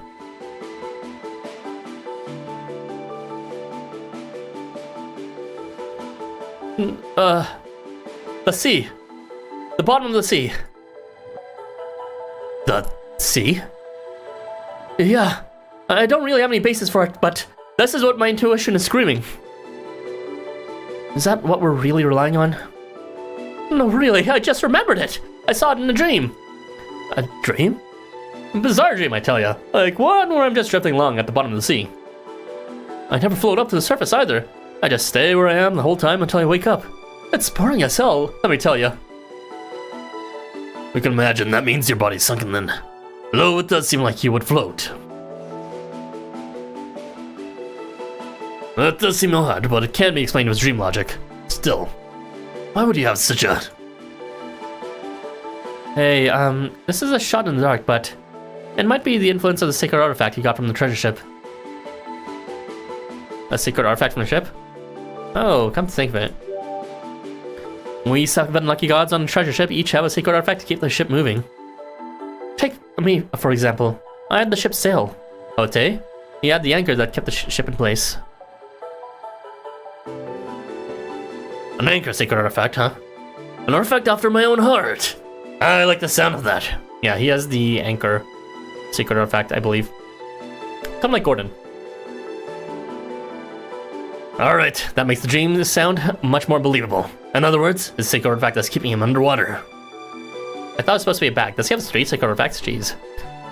Yes, that's what I think is going on. Huh. Did I have something like that? I mean, I probably did. It feels sort of familiar. It's sort of nostalgic. Alright, that settles the plan. We're going into Ote's dream and finding his body. Then, you're to get the fortune bag sacred artifact that's with his body and come to us, my treasures. How do we start? Alp. Should we use Alp sacred artifact? That can switch dreams and reality, so? I wouldn't try switching them if I were you. The border between dreams and reality is already oh, okay, I guess are we gonna go directly in the sea then? Alp sacred artifact will likely end up as our trump card. It's nothing we need to use now. Ooh, interesting. So Alp is still relevant because the arc is not entirely over. He has a bit of a functional purpose too now. That's pretty cool. Do you have something of a plan, Professor Eager? Some sort of method of going into the world of dreams? Well, it isn't exactly my power, but it's what we've got in this room. Isn't that right, Ebisu? Yes, sir. Time to use our sacred artifact. The ship that goes from dream to dream. All aboard the treasure ship! What? Do they just have it on hand? Maybe they need multiple lucky gods to make it appear, and the entire ship is like a sacred artifact, so they can make it. They could summon it wherever they want, as long as there's more than one of them. I'm pretty sure they already summoned the treasure ship before in the Eager's debut event, but I forgot how, so you will have to forgive my ignorance on the matter. Protect the Peace, Halloween Police, Episode 5, Part 2. This is going to be the last part, hopefully. I believe Episode 5 is only 2 parts.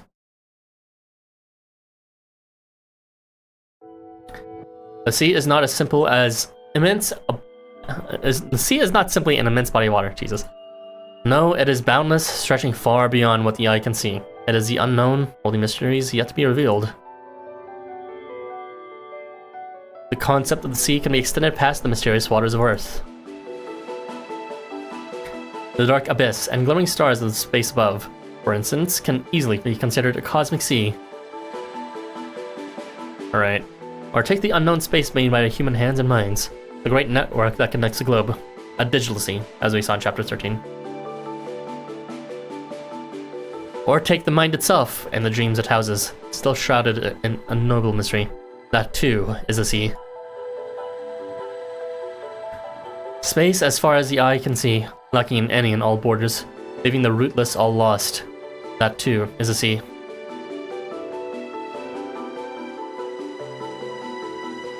Especially in our worlds of the old ones, space and dreams are simply seen as seas. Though this may be difficult for members of other worlds to grasp. Interesting. Take these, and think of the journey like surfing the web. Dagon hands you all what appears to be goggles. What are these? Goggles? I've got them on, but I can't see a thing. Yo! This tech is super cool! I like how they light up and makes me really stand out. These type of devices are certainly not my strong suit.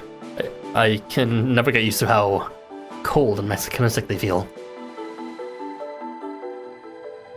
My brother does wear something similar to these. Professors, what exactly is... These are special VR goggles developed by our Ocean Construction Research Lab. They allow the wearer to see virtual seas. We put it together with the help of Kamata Tech and Togo Academy's technical expertise. Though it was originally conceived to help with deep sea research. Wait, what? This is the first time Togo Academy was mentioned. Not the Wiseman, but like Togo Academy specifically. Whoa, you folks have really been putting in the hours making high-tech stuff, huh? So, how do you use the sun and water? Is it for when you want to keep your eyes open? I feel like regular old goggles would have worked just fine for that. Tokyo is a big blend of all sorts of other worlds. Even a master mariner could get lost in its chaotic seas. So we figured we'd use these VR goggles to help our explorers navigate the dream-mixed waters. Professor Iger's oceanic expeditions tend to be on the daring side, so made these in hopes of helping the students out a bit. I think I got it. He doesn't really consider it a danger. That's Ager's appeal, though. You get it, Arthur. You'll be joining me on my next oceanic expedition, of course. Looking through these goggles, even incomprehensible beings will be given comprehensible forms. So, these are the latest VR goggles, huh? Let me see them. As Zasat lays out enough goggles for the entire group, and lightly pokes each of them with his index finger. Zasat, what was it you just did? Think what is me transferring over the bad ending data I've got. See, as a gamer, I can't allow us to go through the same bad ending twice. His thoughts are beyond us. Shall we begin preparations then? That's a surprise for later. You can stay seated if you like. Just put on your goggles and stay where you are. Hey, you got it. Weak convenience or all bravery. When the group puts on their VR goggles, Dagon and Ager connect the cables.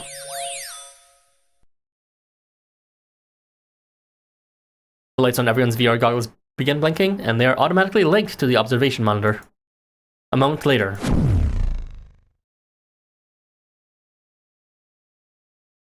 Can I get the lights on?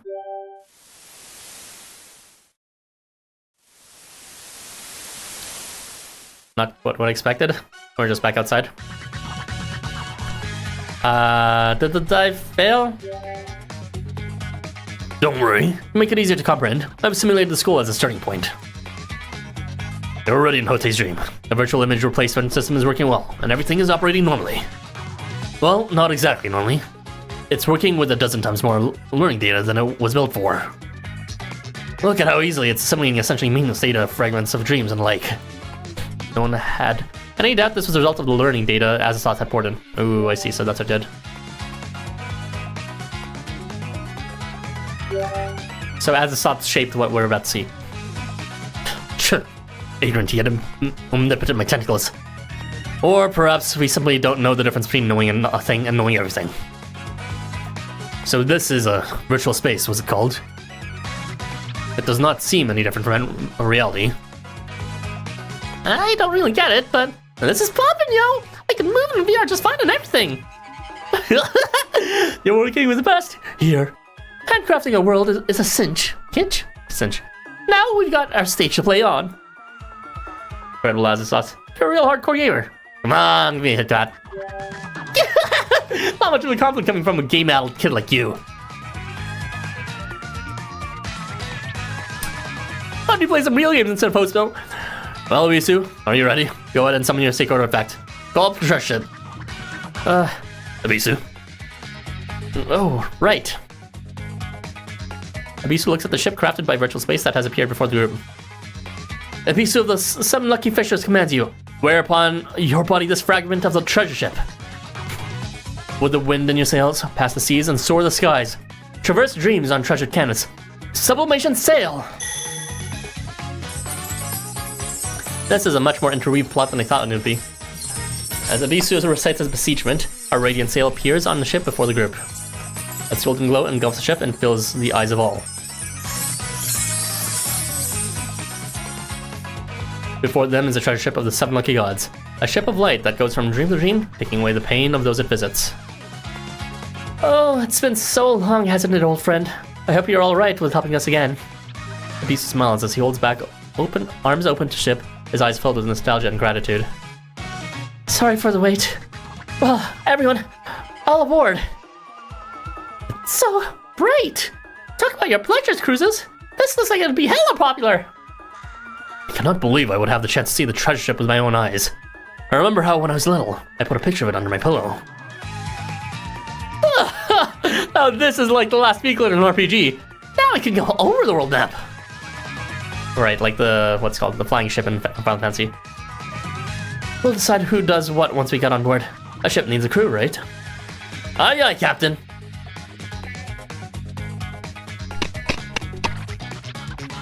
I really do remember this. It's coming back to me. The memories, the dreamlike journey we all had. Why are my memories so fuzzy though? It's like there's a few big holes here and there. Does it have something to do with me turning into a ghost? I'll probably figure it out soon. Alright, let's set sail.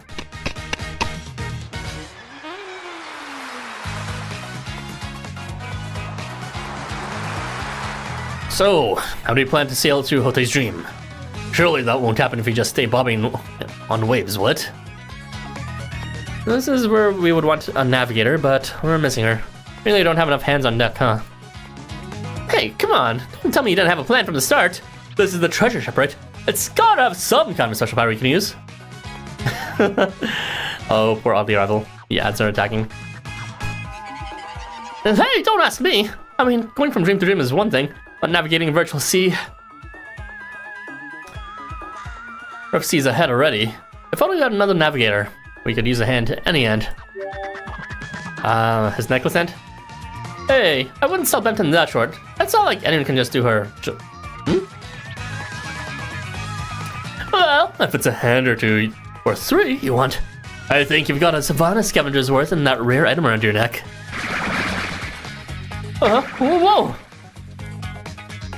There it is, and he's in his... Let me caution for some reason. Countless hands pour out of the pendant on Abisu's chest and begin to operate the ship. Those hands look familiar. They're like someone's tails? Is this Nyarlathotep's artifact? I did think it looked kind of similar to that. This is Nyarlathotep's. The fuck? Mapping complete. Route confirmed. Now.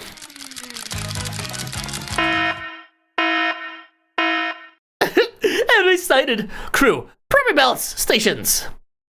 Enemies?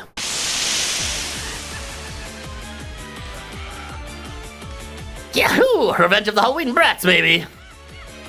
We were fixing to prank the unsuspecting student body from this virtual space, but then a huge shining ship popped up. Time to switch targets. We're pranking that ship real good. Bringing excited cries are the Halloween brats riding the virtual sea atop vending machines. Oh my god. What are all these fucking blind machines? Hey, it's Halloween brats. And I've got vending machines too? What's going on here? That's kind of what you got when you replace their vehicle data was something from the past. Click the like when you are using a glitch or something in an old game and your vehicle bugs out. Yeah, lots of flying vending machines that people are riding around. I don't know. That's kind of crazy. Those little kids I sent packing a while ago. What are they doing in a computer world? They're surfing the waves on vending machines too. Not bad, really. Not bad. What is going on here? How did that band of brats get to the other sail? Get to the sea, the other sails. The other sail? Oh my god, English. Intruding into another dream isn't something just anyone can do. Your being in there can only mean one thing. As thought? Words behind the scenes of all this Halloween chaos can sail through your dreams. And send others through too. Beep boop. Thank you for your patronage. Please retrieve your product from the pickup box. Take this, and that, and this! A drink barrage, all free of charge. A barrage of cans fly from the vending machine's pickup boxes, and a few directly hit the ship's hull. The impact is just as great in dream as in reality, and the Halloween brats laugh victoriously. Trick and treat! Now this is some real gaming. We can do all the pranks we want in here. Wait, soda cans? They're coming at us like missiles! We're in a regular sea of bugs here. About where anything can end, and it will happen. If only I had something to shoot those cans down. As a ship, no weapons. Unfortunately, the treasure ship doesn't have any guns or cannons. It was just built to transport cargo, so... Hey, you kids over there! This is no time to be pulling pranks, you hear? Tokyo, no. The whole world is in Bonker's big trouble. If you keep pulling pranks, it's all going to go down the drain. No lie! If you're getting high, old man, at least think of something, a better one. Prank setting the world, as if. Well, when you put it like that, I kind of can't say anything back. Folded like a leaf in the blink of an eye. We've got no choice but to fight, otherwise the treasure ship will sink. Can anyone fight in water or air? Oh, come on, don't tell me you've forgotten already that the sea is my territory. I don't mean all seas. As the Sauce conjures up a keyboard out of nowhere and presses a key, he has a shortcut map too.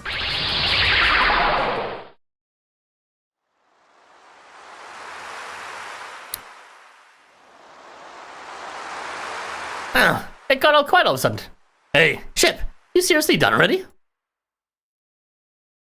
The boy shouts his taunts at the treasure ship. As if to answer, something leaps up from its deck. Halloween police badge!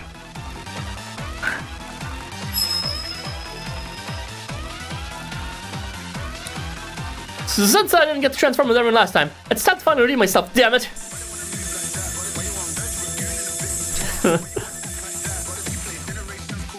I cannot indulge in morphing time myself, but leave the ship to me. I will keep in place with my chains. Bomb didn't feel like trying another skin. Huh? They're flying? They can fly? They're coming right for us! We won't let the prank slide, not even on the computer. Halloween police, fly high! The boy looks up to see the Halloween police flying high through the electronic sky. Woohoo! I'm flying! Whoosh! Whoopee! It's like I'm a superhero! Ugh, good grief. So we're fighting ridiculousness with even more ridiculousness. Is that what we're doing? I know it is Halloween, but this is all a bit much. But with the ability to fly, we can handle them. Flying cops? Nobody told me there'd be flying cops. That's no fair. All I got is vending machine surfing. Well, I want to fly too. I love the sea spaghetti code. Makes it really easy to pick out. If your cans can fly, then so can I. The free rescuer will be focusing on the ship under control. Good luck. Hearing Abisu's voice through the goggles over his eyes, Toji nods. Alright team, the situation demands haste. We dispatch the targets quickly. Hand them candy and have them leave. From Halloween 1 to Halloween 6, reading you loud and clear. Let's move out, team. Halloween 2, Roger. Remembered? The fuck? Commence hovering. Do they have numbers on their things? I don't see any numbers on their skins. Halloween 1. Halloween 2. I suppose I'm 6? Anyway. Roger! Getting into an impressive formation, your police group closes in on the Halloween brats riding the waves. Alright, vending machines, let's show them what we're made of. Let's see the pranks we can pull even on the high seas. Trick, yeah! The machines are attacking with greater ferocity than before. Watch the cans. Take care not to get shot down. You fly down to your foes, ready for battle. The fight on the virtual sea route to beep beep beep begins. Here's the battle sequence.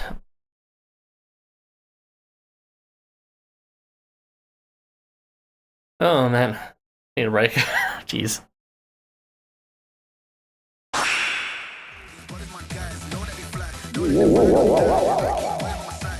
Yeah, forgive us, officers, forgive us. We won't do anything tricking or treating anymore. Pull off on pranks, okay? Trick or treat. Damn it, lost again. I never got to beat you Holly Police even once. The others don't look like they want to do pranks anymore either. They're all happy with candy and stuff. It's not like I want candy myself or anything. No, we Halloween rats are going to bring pranks back too.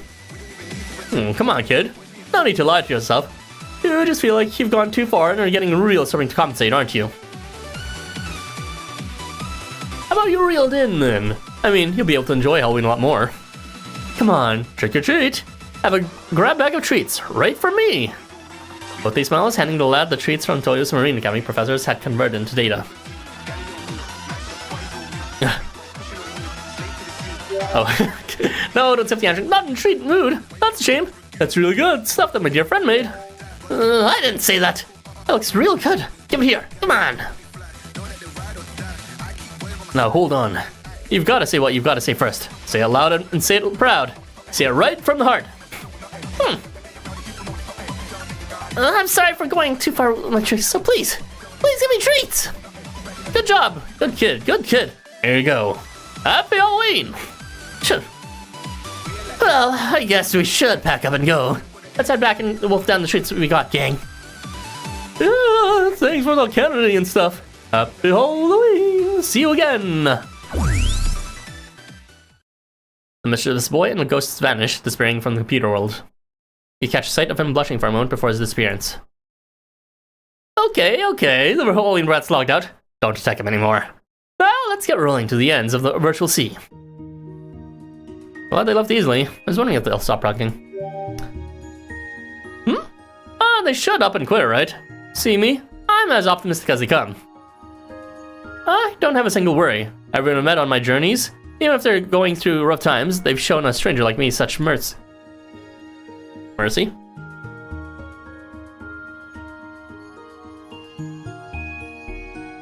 Huh. Wait. What did I just say? What they? He said something about mercy. Well, whatever. I'm sure I'll figure it out eventually. Anyway, then, let's get going. We're heading for the depths of my dreams. Ka-chunka, chunka, chunka. You're really just gonna drop it, huh? I mean, you would, but...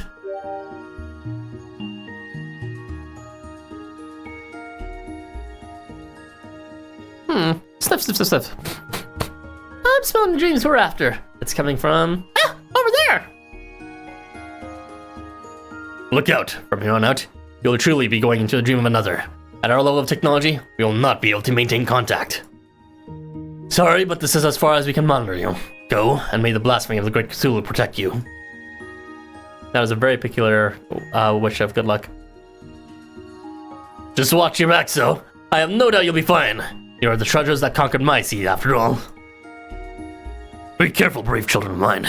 Time is of the essence, but see that you do not rush. We'll continue to electronically confirm your existence from this lab. It should be useful in stopping you from losing the border between you and yourself and others. We'll need 2 people deeply connected with you to decrypt your data. So we'll have 2 other than Hote come back.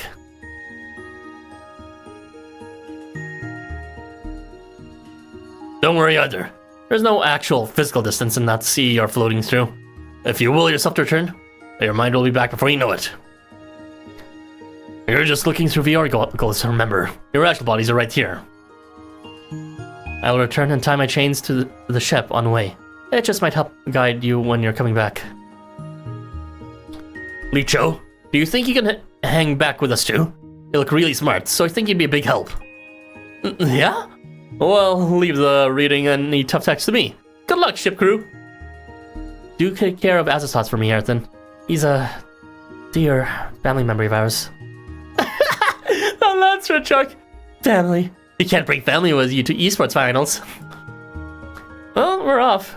We won't be long. We're going to sail this treasure ship into Hotei's dreams, and there's no telling what we'll find. Be careful, everyone.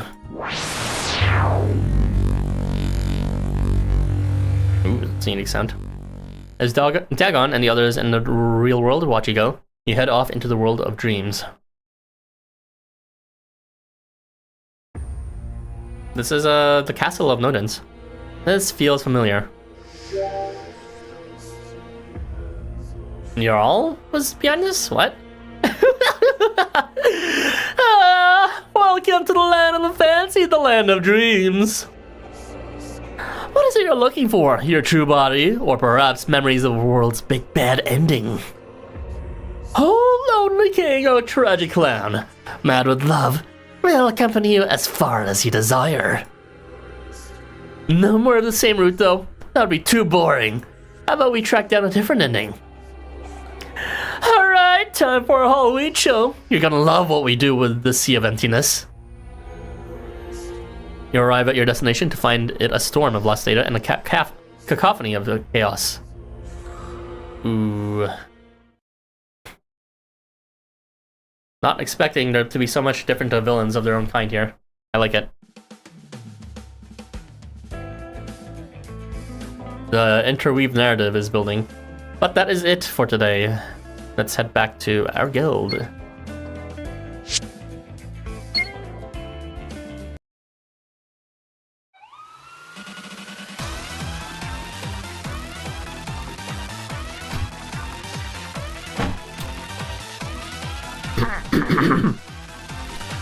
So, that is it for Tokyo After School Summer's playthrough of episodes 4 and 5 of Protect the Police. Protect the Peace, Halloween Police.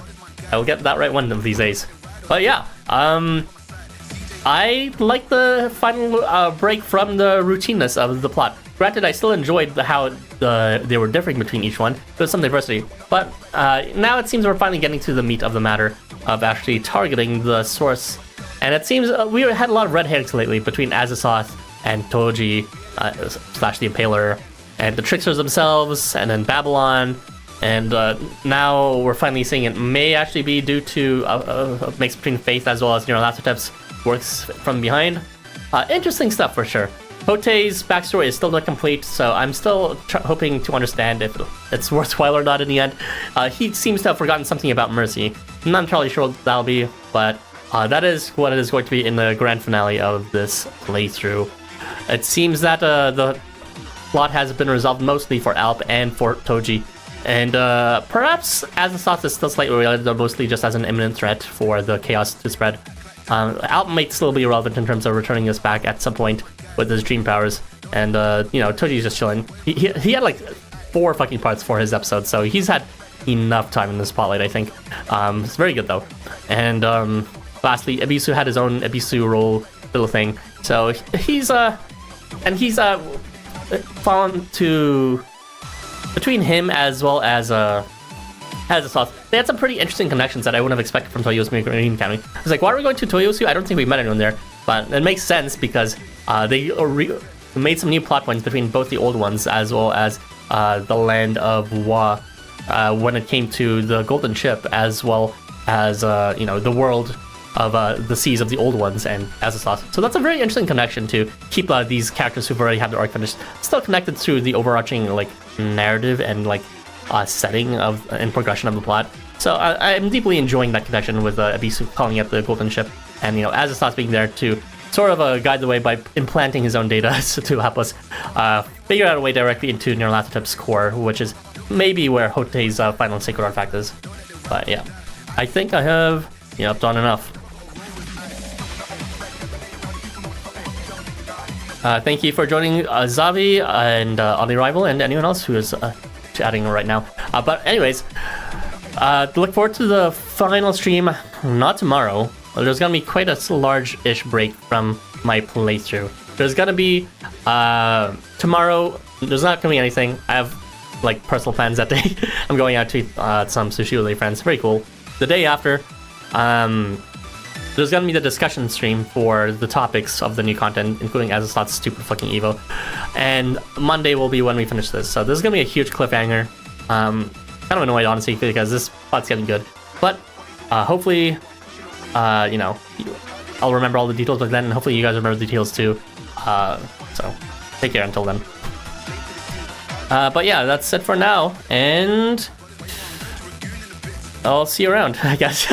See you in 2 days. That's all for now, cuties. Catch you next time.